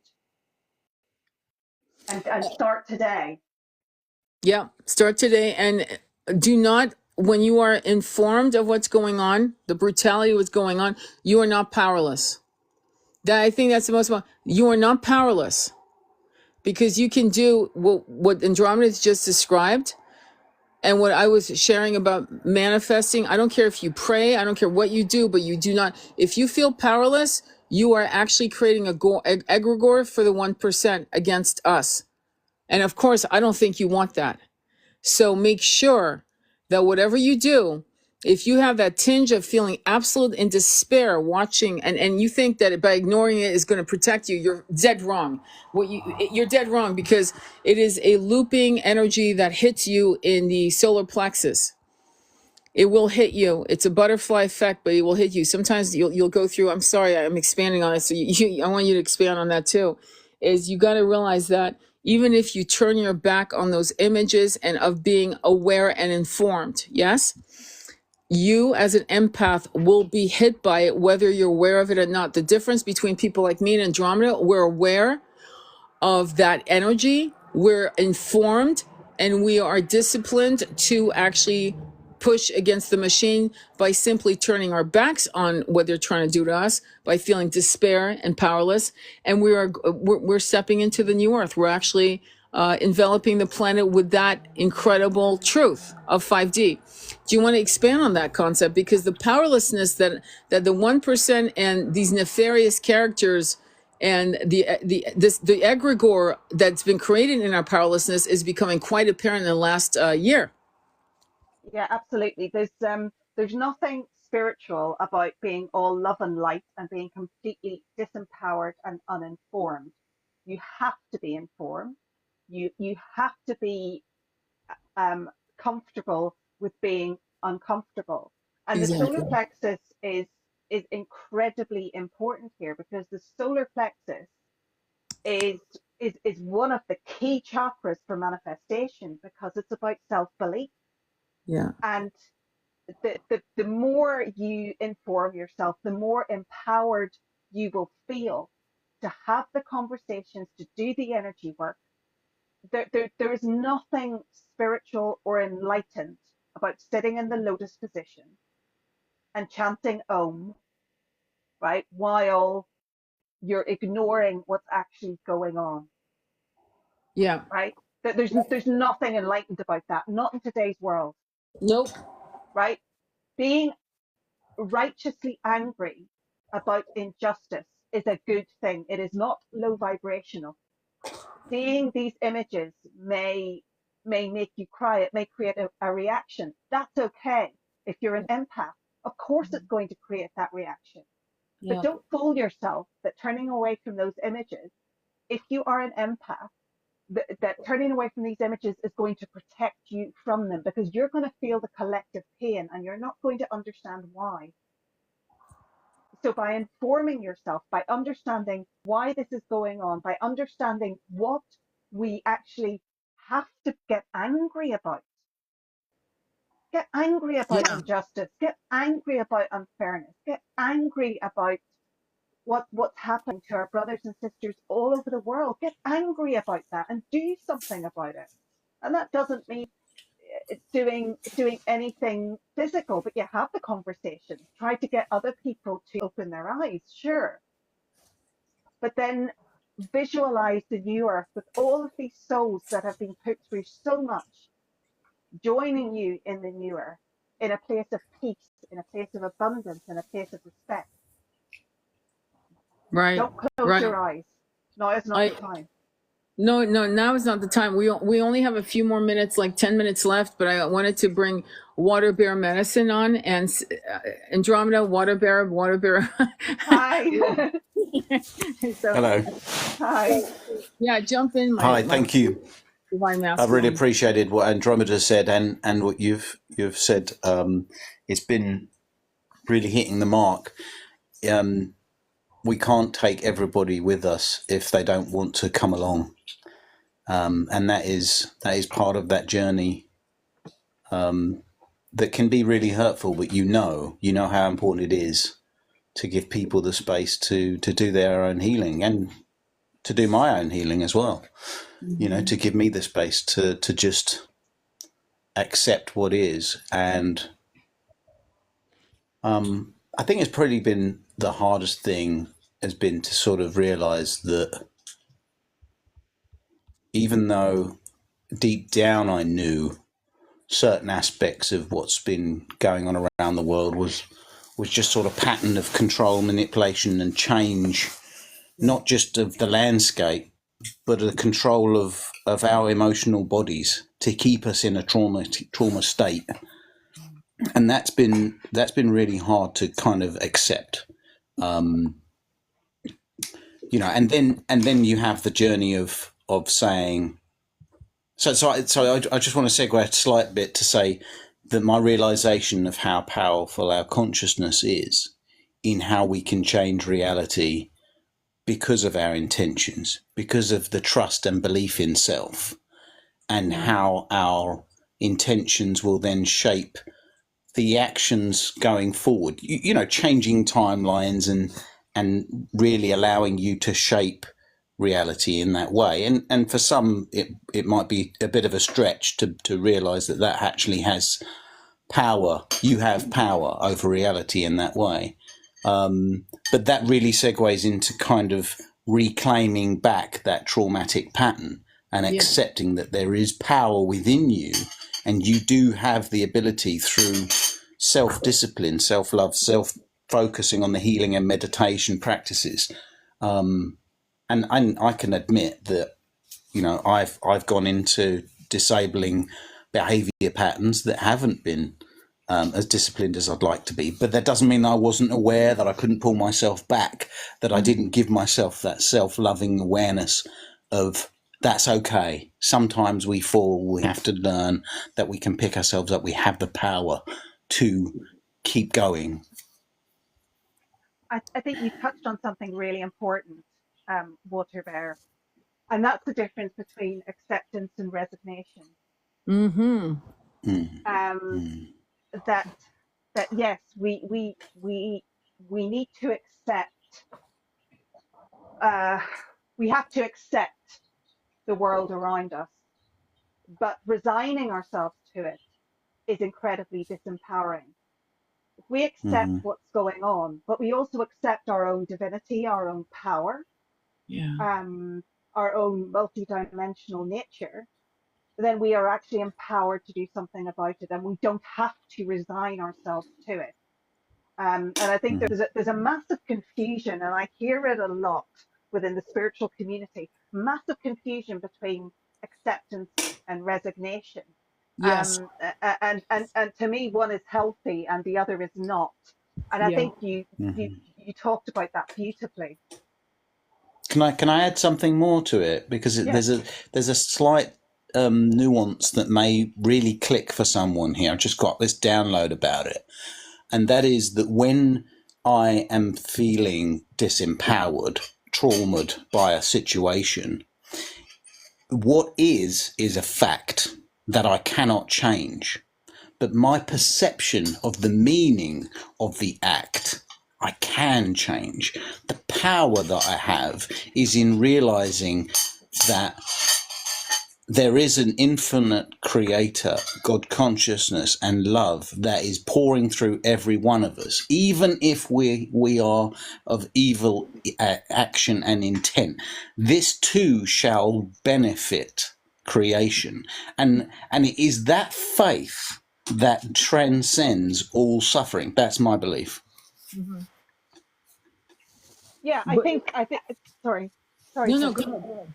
Go ahead. No, I think that's a beautiful way of putting it, except I would challenge that a little. Good, And good. I'm say that happy for change and growth.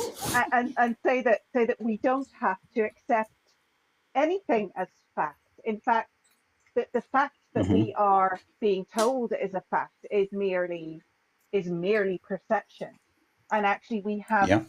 the capacity, the power um, to co-create a different set of facts. What is a fact other than what So you're really tapping into my wavelength here, Andromeda. I will say to you that what is fact is very sparse these days.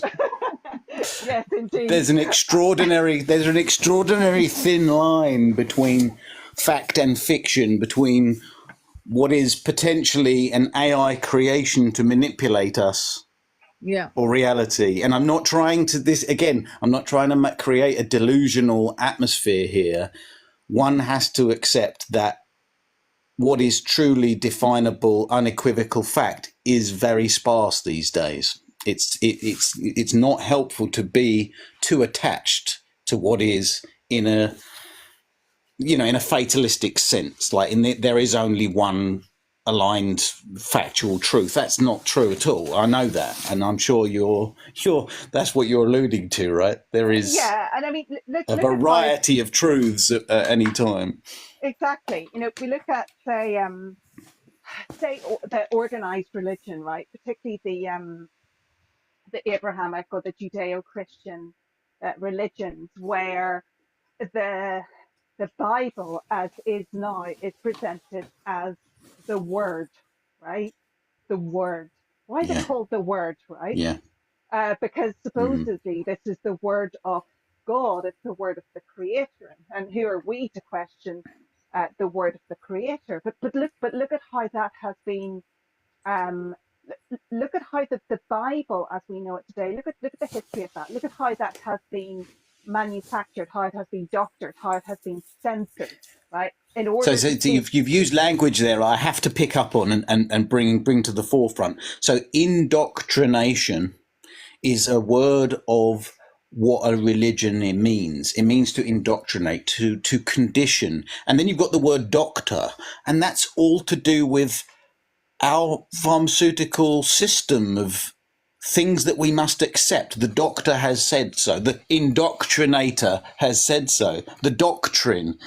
All these languages are kind of losing meaning as the labels start to dissolve into what is now beyond language. It's a resonant frequency that we all feel. We now no longer need to see these labels and words. We use them, but ultimately we're feeling each other's vibration. Yeah. Maybe this is going over the heads of some people that are listening, but hopefully Can I just add this? When you said the word Andromeda, when you said the word of God, the thing is, you and I, and we all know that was not the word of God. Let's just say that. Yes. Yeah. There's an arrogance to that, just simplicity of the word of God written by men in a 3D, 2D, level of consciousness. So first of all, God would have never written that shit. Okay, a lot of it has some never. Okay, when you read Thoth, the Emerald Tablet, and I keep bringing that up, then you'd start realizing how they were like, grabbing, they were kind of plagiarizing, and then not kind of, they were plagiarizing a lot of stuff. But ultimately, what was the whole point of the word and the Bible, and to make people trembling in their boots to question anything by the preachers, the bishops, the cardinals, and so forth? Well, we know it was to control them. But what was that? It was to stop them from going within. That's why Joan of Arc coming out of nowhere was a shock in that period of time. So with that said, can you expand on that? Because here comes a soul completely eradicating this idea of only you. Because when you look at the Orthodox teachings, I remember in Elaine Pagel, the Gnostic Gospel, she talks about how they're facing their parish. And then at some point they're turned their back on the parish and they're looking up at, the altar, right? And at that point, there's this inference that only they can talk to God, not you. And then here comes Joan of Arc saying, God's talking to me. So suddenly now the word becomes a joke, right? Because now she's probably illiterate. I'm assuming, being in that time in the Dark Ages. So can you guys expand on that? Like this whole of it. I just wanted to kind of put it in simplest term, only because you guys are great. But go ahead, go run with that. I don't really know a lot about Joan of Arc, but go on, Andromeda. What did you want to say first? Yeah. No, I was good. I mean, look, this idea that this this knowledge has been kept away from us, right? As if we're children who can't handle the truth. That wasn't actually the design of it. The whole design was to maintain the systems of control that were instituted by the Anunnaki. All Yep. right, and the whole New Testament is it has Anunnaki written all over it, and Yep. there are many scholars of ancient texts who are starting to say this. The the point about Joan of Arc. Well, Joan of Arc was significant in so many ways. Firstly, this was a young girl in a church that was massively patriarchal, that had demonized the feminine. Well, you were either a Madonna or a WHORE, right? Yep. Um, According to the Bible, both Old and New Testament, as we know, they merged the Marys, right? So that you had those two, not very helpful archetypes of femininity. Um, so, so here you had a young girl who claimed that she was hearing the word of God. More than that, she was a young girl who dared to cut her hair short. She was a young woman who dared to command armies. So she was enormously dangerous to that orthodoxy. Um, what? Hello. You muted yourself. You muted yourself, Andromeda. Yeah, no. A call came in. Sorry. Okay. What we have to um sorry, that's completely thrown me. What we have to remember about Joan of Arc is, firstly, um that she was almost seen as, I guess, Yes. not feminine, right? Because she was commanding, as I used, commanding armies. She was taking on quite masculine roles, and at the same time, she was still a woman. Again, we can think about Pope Joan as well. Isn't it interesting that they have the same name? Yeah. Um, I brought her up. It's funny. Yeah. yeah, yeah.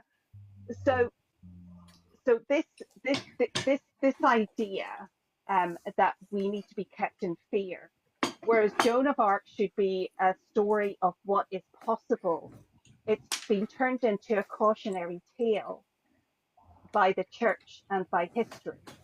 Don't speak up. Don't go against the grain. Don't go against the two feminine archetypes that we have created. How dare you? Otherwise, you saw what happened to her. Um, Again, more control. Um, just a word about the word doctor. And I'm not going to disclose. You can tell WaterBear why I'm bringing that up. But Yeah. the word doctor actually means teacher, um, and therefore the what you said about the meaning of words, um, really being taken away from the etymology, from their etymology, is a really interesting concept. It's almost Orwellian in a way.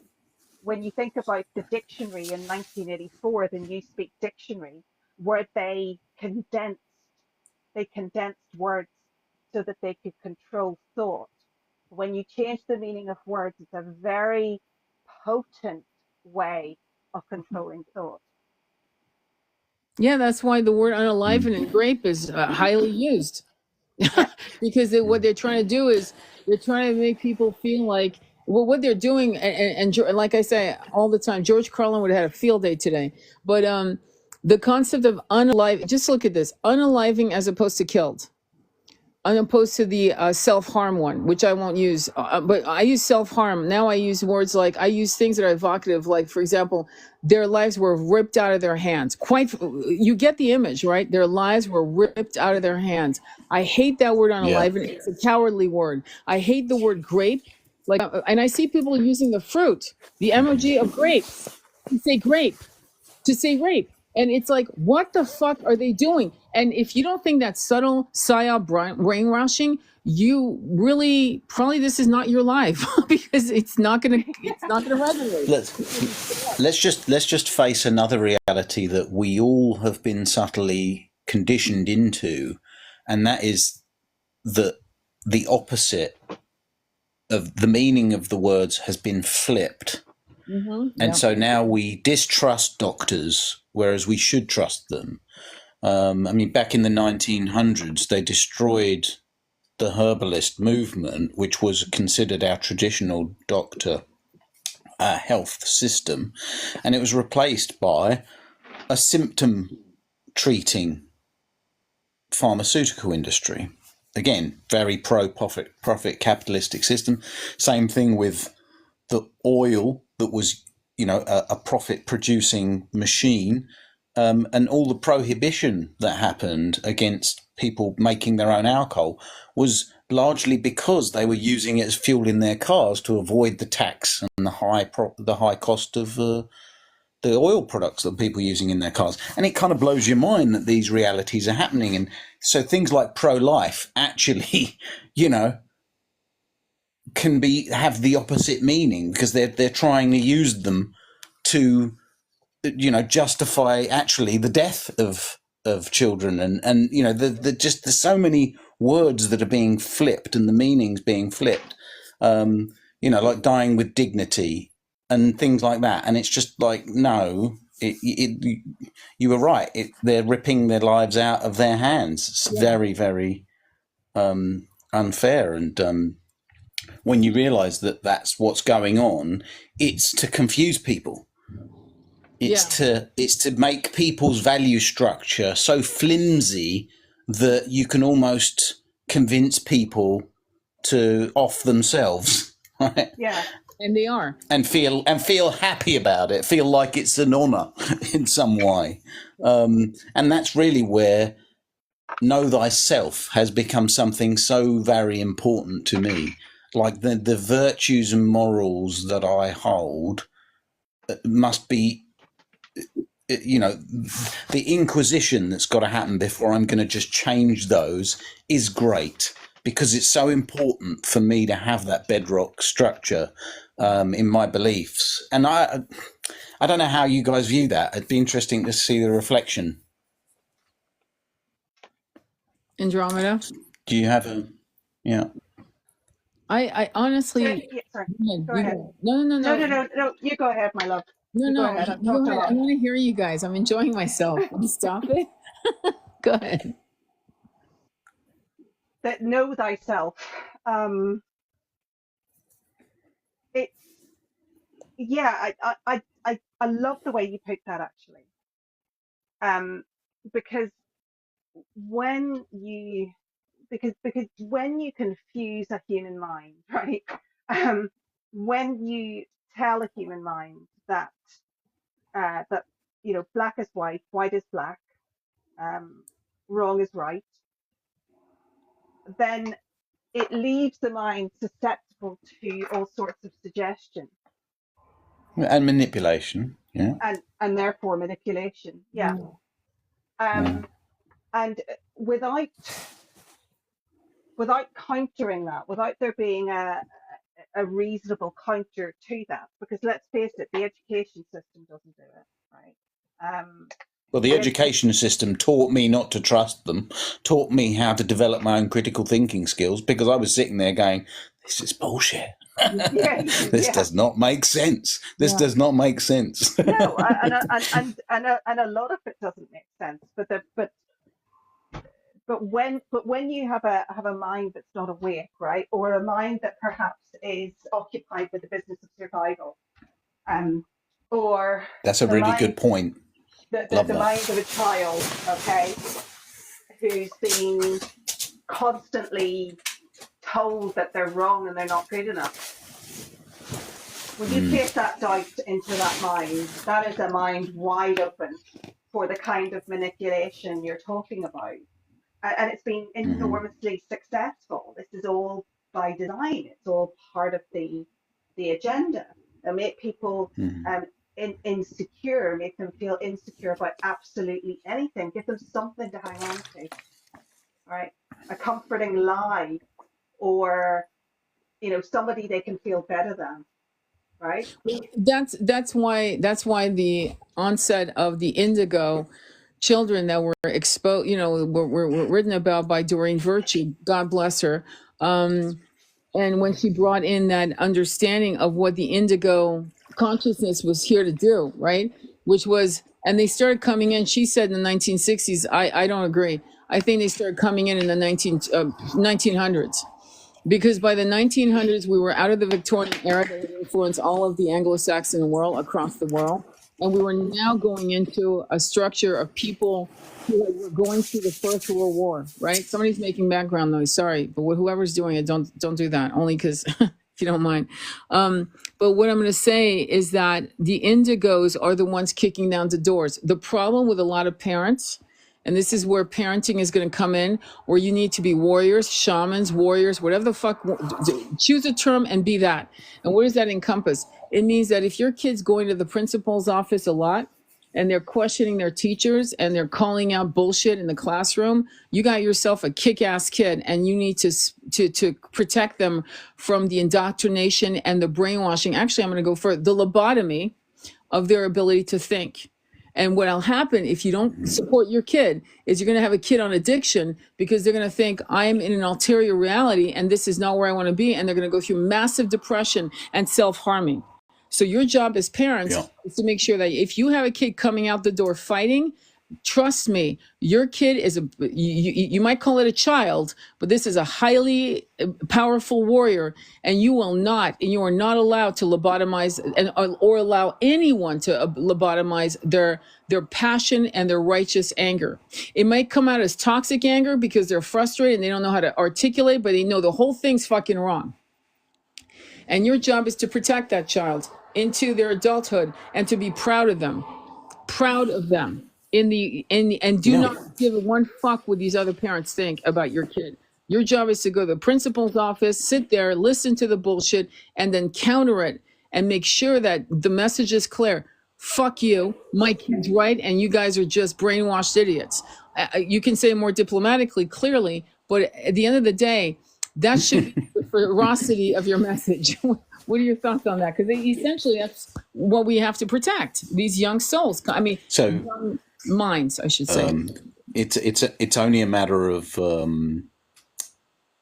structure and resource that stops me from giving my daughter an alternative education that would be a lot more able to develop independent thinking, critical thinking, and at the same time, I do talk about the differing views on the subject matter that goes on at school, to make sure that she understands that this should be questioned with critical thinking, to understand the facts behind it, to understand the motives behind it. I don't go heavily into it, but whenever there's something of importance, a topic of importance that comes up, then I do put the attention in to make sure that she has her own faculties for critical thinking intact, and that she has the ability to kind of sidestep the indoctrination or the brainwashing of the concept. And there are many. There are many.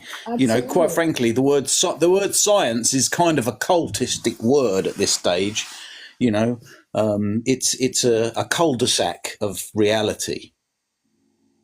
Yeah, I agree with Do you know that. what I mean? No, Yeah. totally. I'm going to say this, okay? I remember I went to private school in New York City, really well-known private school, and the teacher was banging one of the students, which that's another show. But what was important is that he'd been in Vietnam as a scout. And his essay, now you could get an A if you said that the Vietnam War was necessary. And of course, being me, I didn't agree.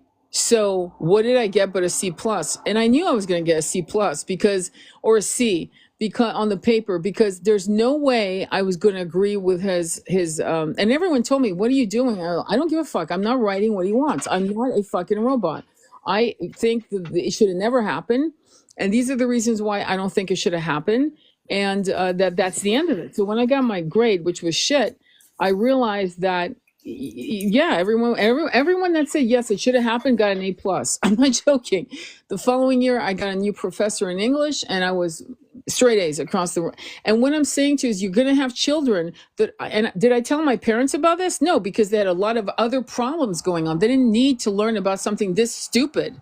Like this was not worthy to bring to my parents and say, this unfairness is happening to me on my grades. This is why my GPA should be this, and instead it's that, and this is going to impact it. This was like a final paper.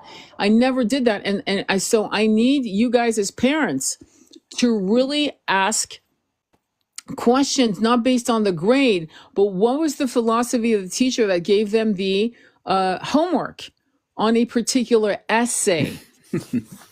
So my views on grades and homework and exams are, I don't know. I suppose you could say the purpose of those things are really to make you feel good about really engaging in people pleasing towards the school and the subjects and the outcomes that they wish to have. And you know, I'd go so far as to say, if you give me your independent thought and creative solutions to the problems that school put in front of us as a society, if you come up with an independent thought and give me bearings on it, I will reward you with gifts, homework, and experiences. I'd actually reward having independent thought and critical thinking.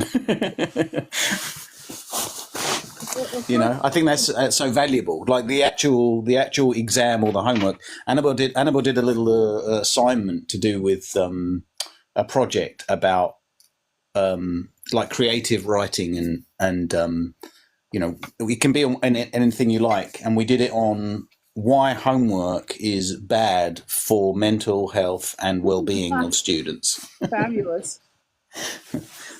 And she got a really good mark for that. The teacher agreed with it wholeheartedly. She is a good teacher. She is an educator. I separate. That was an educator that realised homework was nothing more than a state-sanctioned torture and indoctrination for students, and I really appreciate it. Look, in countries where they do not give homework for parents to do with their children, they are happier. The children are happier, and they have a better home quality of life, and they have a better grade at school. Yeah. because they do independent group led projects, which I think is absolutely essential. And if I could develop a school system, and I don't even like the word school because it kind of makes it sound like, Yeah. you know, be schooled. No, Yeah, Yeah. I mean, go with the I, crowd I, sort of thing. I remember when my parents were choosing a school for me, when I was very small, they had a look at the Rudolf Steiner school. There was one in Belfast. And then the thought occurred to them, well, we were a Catholic family, and actually education for us, and this is a slightly different way of looking at it, but because we were less likely to be employed, right? We were more likely to be imprisoned. We're more likely to be unalived by the state, Mm. just because we were Catholics in Belfast. Education was our way out. Education was our way to escape that reality. Um, but our education system was a bit different, right? I mean, our it was taken for granted that you would have discussions at home about what was going on in the world. It was taken for granted that you would be taught history at home. It was taken for granted that you would be taught music and Well, dancing at home. Um, so school was a very different concept for me growing up, um, when compared with kids today, in organized or state organized education systems. For us, it was a way out. Yeah. For me, I didn't go to school a lot because my parents traveled. So for the first 10 years of my life, I really didn't go to school a lot. I'm not kidding. The school I got was home. It was a quasi patchwork of homeschooling, but mostly it was just life experiences. And then I went to the French schools here and there. I went to, you know what I mean? But it wasn't really all my education, to be honest with you, had a lot to do with the opening of curiosity and being allowed to read whatever the hell I want within the realms of reason, meaning, nothing smutty, right? In terms of that, until I was like 14. Then at that point, the library was open, and it was considered like, yeah, you're interested in that, sure, read that, and let's discuss that. So discussions, what they call adult. This is what irritates me with adults. Adult discussions were never separated from my growing up from the time I was a baby. So that's why, for me personally, going to school was torture because these kids wanted to talk about shit I had no interest in. I wanted to talk about other things that adults, I wanted to listen to adults talk because that was fascinating to me. They talked about everything, right? From politics to spirituality to, you know what I'm saying, the gamut. And so I feel as if, like, this idea that people literally honestly believe that they're sending their kids to school to get educated is the biggest laugh, because really it's your job. It's your in a sense, school to me is a babysitting while everyone goes to work. They've made sure that now we need a two-income family for the most part to thrive, to really, really thrive.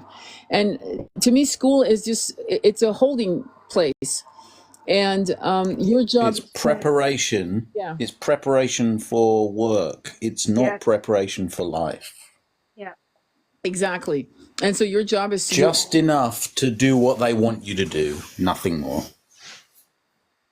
and then and the not peer question it. pressure. Exactly, not questioning the peer pressure, and to realize that there are a lot of teachers that have a bully energy. They are bullies, and to not look up. It's weird how so many parents don't believe in their kids, and we prefer to listen to people whose names they won't even remember 10 years or 20 years from today, but the impact of these people that were negative on their kids, you still have to live with it as a parent, either subtly or overtly.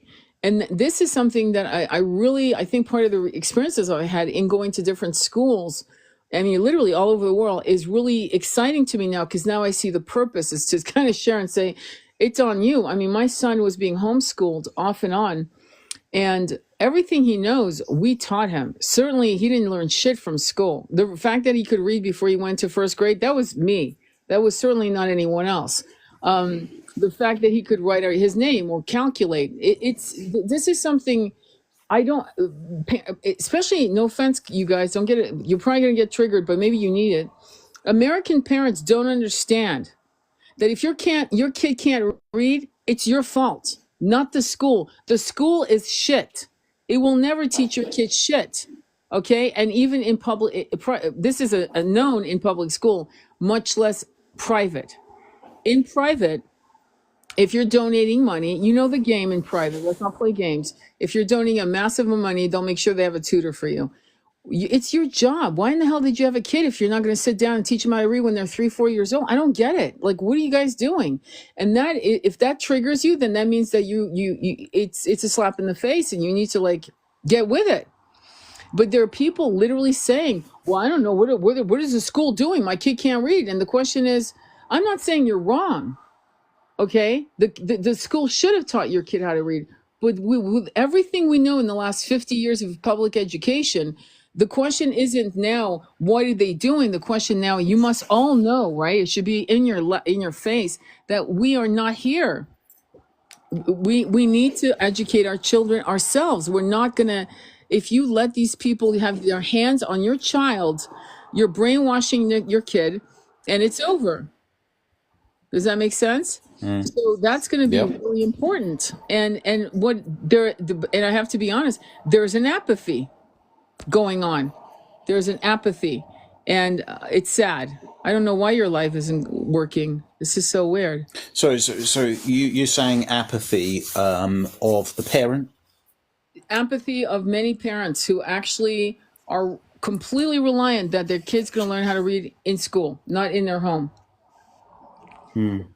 I don't know if that's as widespread as you say it is, but what I do know is, like from my personal experience, I put a lot of energy into helping my daughter to enjoy reading and the stories, and she's got a really good vocabulary and grasp on like social skills because we spent time doing that. And whenever I go out, I try to include her in adult conversations and ask her questions to try and get her to talk and interact, and it does show. It helps when she has conversations with other adults.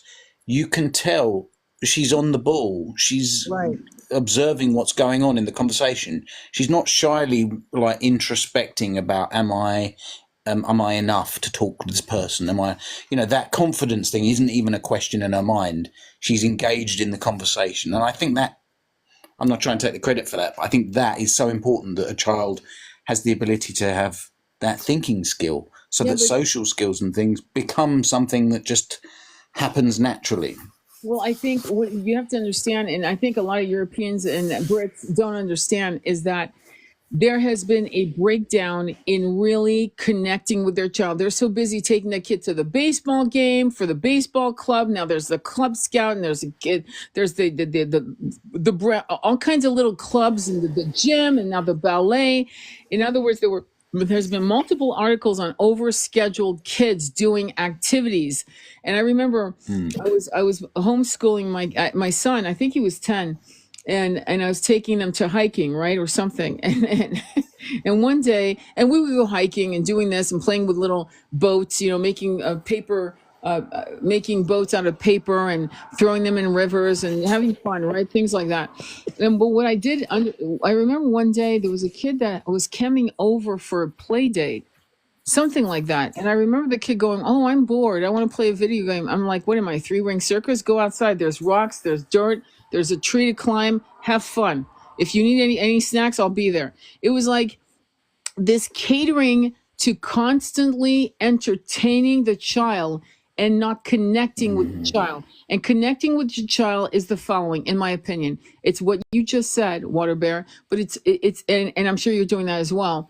but it's also reading to them out loud, taking turn reading, talking about what you read. In other words, what does this mean to you? Like when my son was being forced to read The Hunger Games, he was 12. I was like, what the fuck? This is actually, you're supposed to read this shit?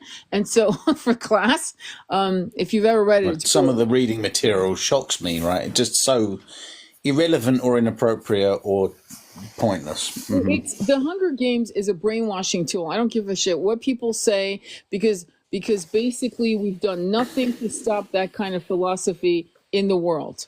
So then it's a brainwashing tool. Because if we were going away from that, we would be looking at, say, A Wrinkle in Time, or we'd be looking at, I don't know. I can't think of some books right now that I would be in that magical. Oh, okay, Lord of the Rings, the Narnia Chronicles. I remember reading that when I was 10 in my English class. Yeah. Whenever, right? There's some philosophy to talk about within the books of the Narnia Chronicles, for example. There's reading poetry.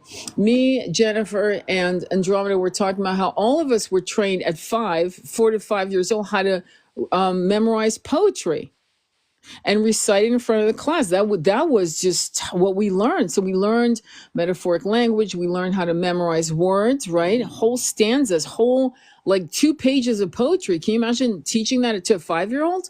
But that was standard educational practice. When I came into this country and went into a public school that's really well renowned in California, called Pacific Palisades in Southern California, it was a battlefield. It was complete chaos because of busing and so if it wasn't for my parents and if it wasn't for my own incredible love of literature and reading, I mean, I read like books, like 4 or 5 books a week. I was like, I mean, if I wasn't at school, I was reading for my own pleasure. I mean, reading and reading it, like, and when I say 3 or 4 books, 5 books a week, I was reading all of them. I would take one, I'd get bored with that one, I'd go to another book. That's how I read books. But the level of curiosity comes from a parent bringing literature into a child's hands when they're newborn. Literally, reading to them from the time they come out of your womb and reading to them while you're like in bed with the books propped over both your heads and you're laying together in bed and the book is above you and you're reading. And you're pointing to the words. You're pointing to the word. Of course, the kid's going to learn how to read doing that every night. That's exactly it. They get pronunciation, they get vocabulary, they get all sorts. I mean, the child is not just using their eyes and their ears. They're listening to your emotions and your tone of voice. And there's so much of who we are as people that's helping that child to kind of align with your vibration of who you are. Yeah. It blows my mind that people don't realize that when you go to school, who your teacher is has a huge impact on how that lesson is taught. If they are not on the wavelength of really loving the subject they're teaching, then that distaste for the subject, that unhappiness of being a teacher in doing that subject is going to be felt and learned. They too are not going to enjoy that. My daughter has changed the subject that she enjoys the most because the teacher changed. The teacher of the subject she liked the most changed to a teacher that didn't like the subject and wasn't happy about doing it. Now she doesn't like that subject. And another subject that she didn't like, she now likes because new teachers come in that does like it. And that just speaks volumes to me. Yeah. No, education is you gotta roll up your sleeves as a parent because also you're gonna raise a child that I can't tell you how many videos I see on TikToks where people are saying don't have children because I don't feel connected to them. Well, that's the fault of the parent. I'm sorry. This is where a parent has to be responsible because if you're not connected to your child that you had, it's because you never had connecting dialogue. You never took them in the forest, on the beach. You never took long walks. You never spoke to them. You never drew with them, played board games with them, played played puppet games, and watched little cartoons with them. And the fact is that everyone's plunking their kids in front of a computer, a tablet, or a screen of some kind. And that's become... It's tricky. It's a slippery slope. You do have to manage that. Yeah. It's a careful thing. It's like an addiction, isn't it? It's very easy to... Yeah, no, exactly. I don't know why, but I can't get Andromeda back up on the live. I keep trying and sending her Well, listen, we're gonna wrap it up. What's your last words? We're gonna just before you say your last words, let me just say that this live will be uploaded on the on my YouTube channel. And again, we were talking about frequency. And So yeah, yeah. We're trying to help an understanding that what we focus on is what we create. We can't ignore what's happening. We can't ignore the challenges that face our world, but we're here to be part of a solution. We're here at a special time in the metamorphosis of the earth and our consciousness. And I think that it's going to be so important for us to do the self-care work, do the meditation, stay in alignment, and have the best intentions in our manifestation ability for this new reality. Don't allow the fear and trauma that is trying to be pushed upon us all through the media, yeah. to take hold in you and bring you down into a depressive state. It is not allowed. You do not have to let that occur in you. Yeah, I love that. And with that, if you want to watch the whole live, please go on my YouTube channel. I'll upload it today as soon as it's allowed. And again, thank you so much, WaterBear Medicine. Thank you for Andromeda Flame. I don't know what technical debacle, but we're going to have to get our technology together so we can do podcasts. But we're being pushed to a podcast more and more. It's ridiculous. Anyways, thank you so much for your time. And we'll do another live sometime tomorrow. Maybe I can get the same guest back on, WaterBear, if you're free on Monday. I don't know. We'll talk. And then Andromeda. All right. Sending you much love on your journey. Namaste. Be well.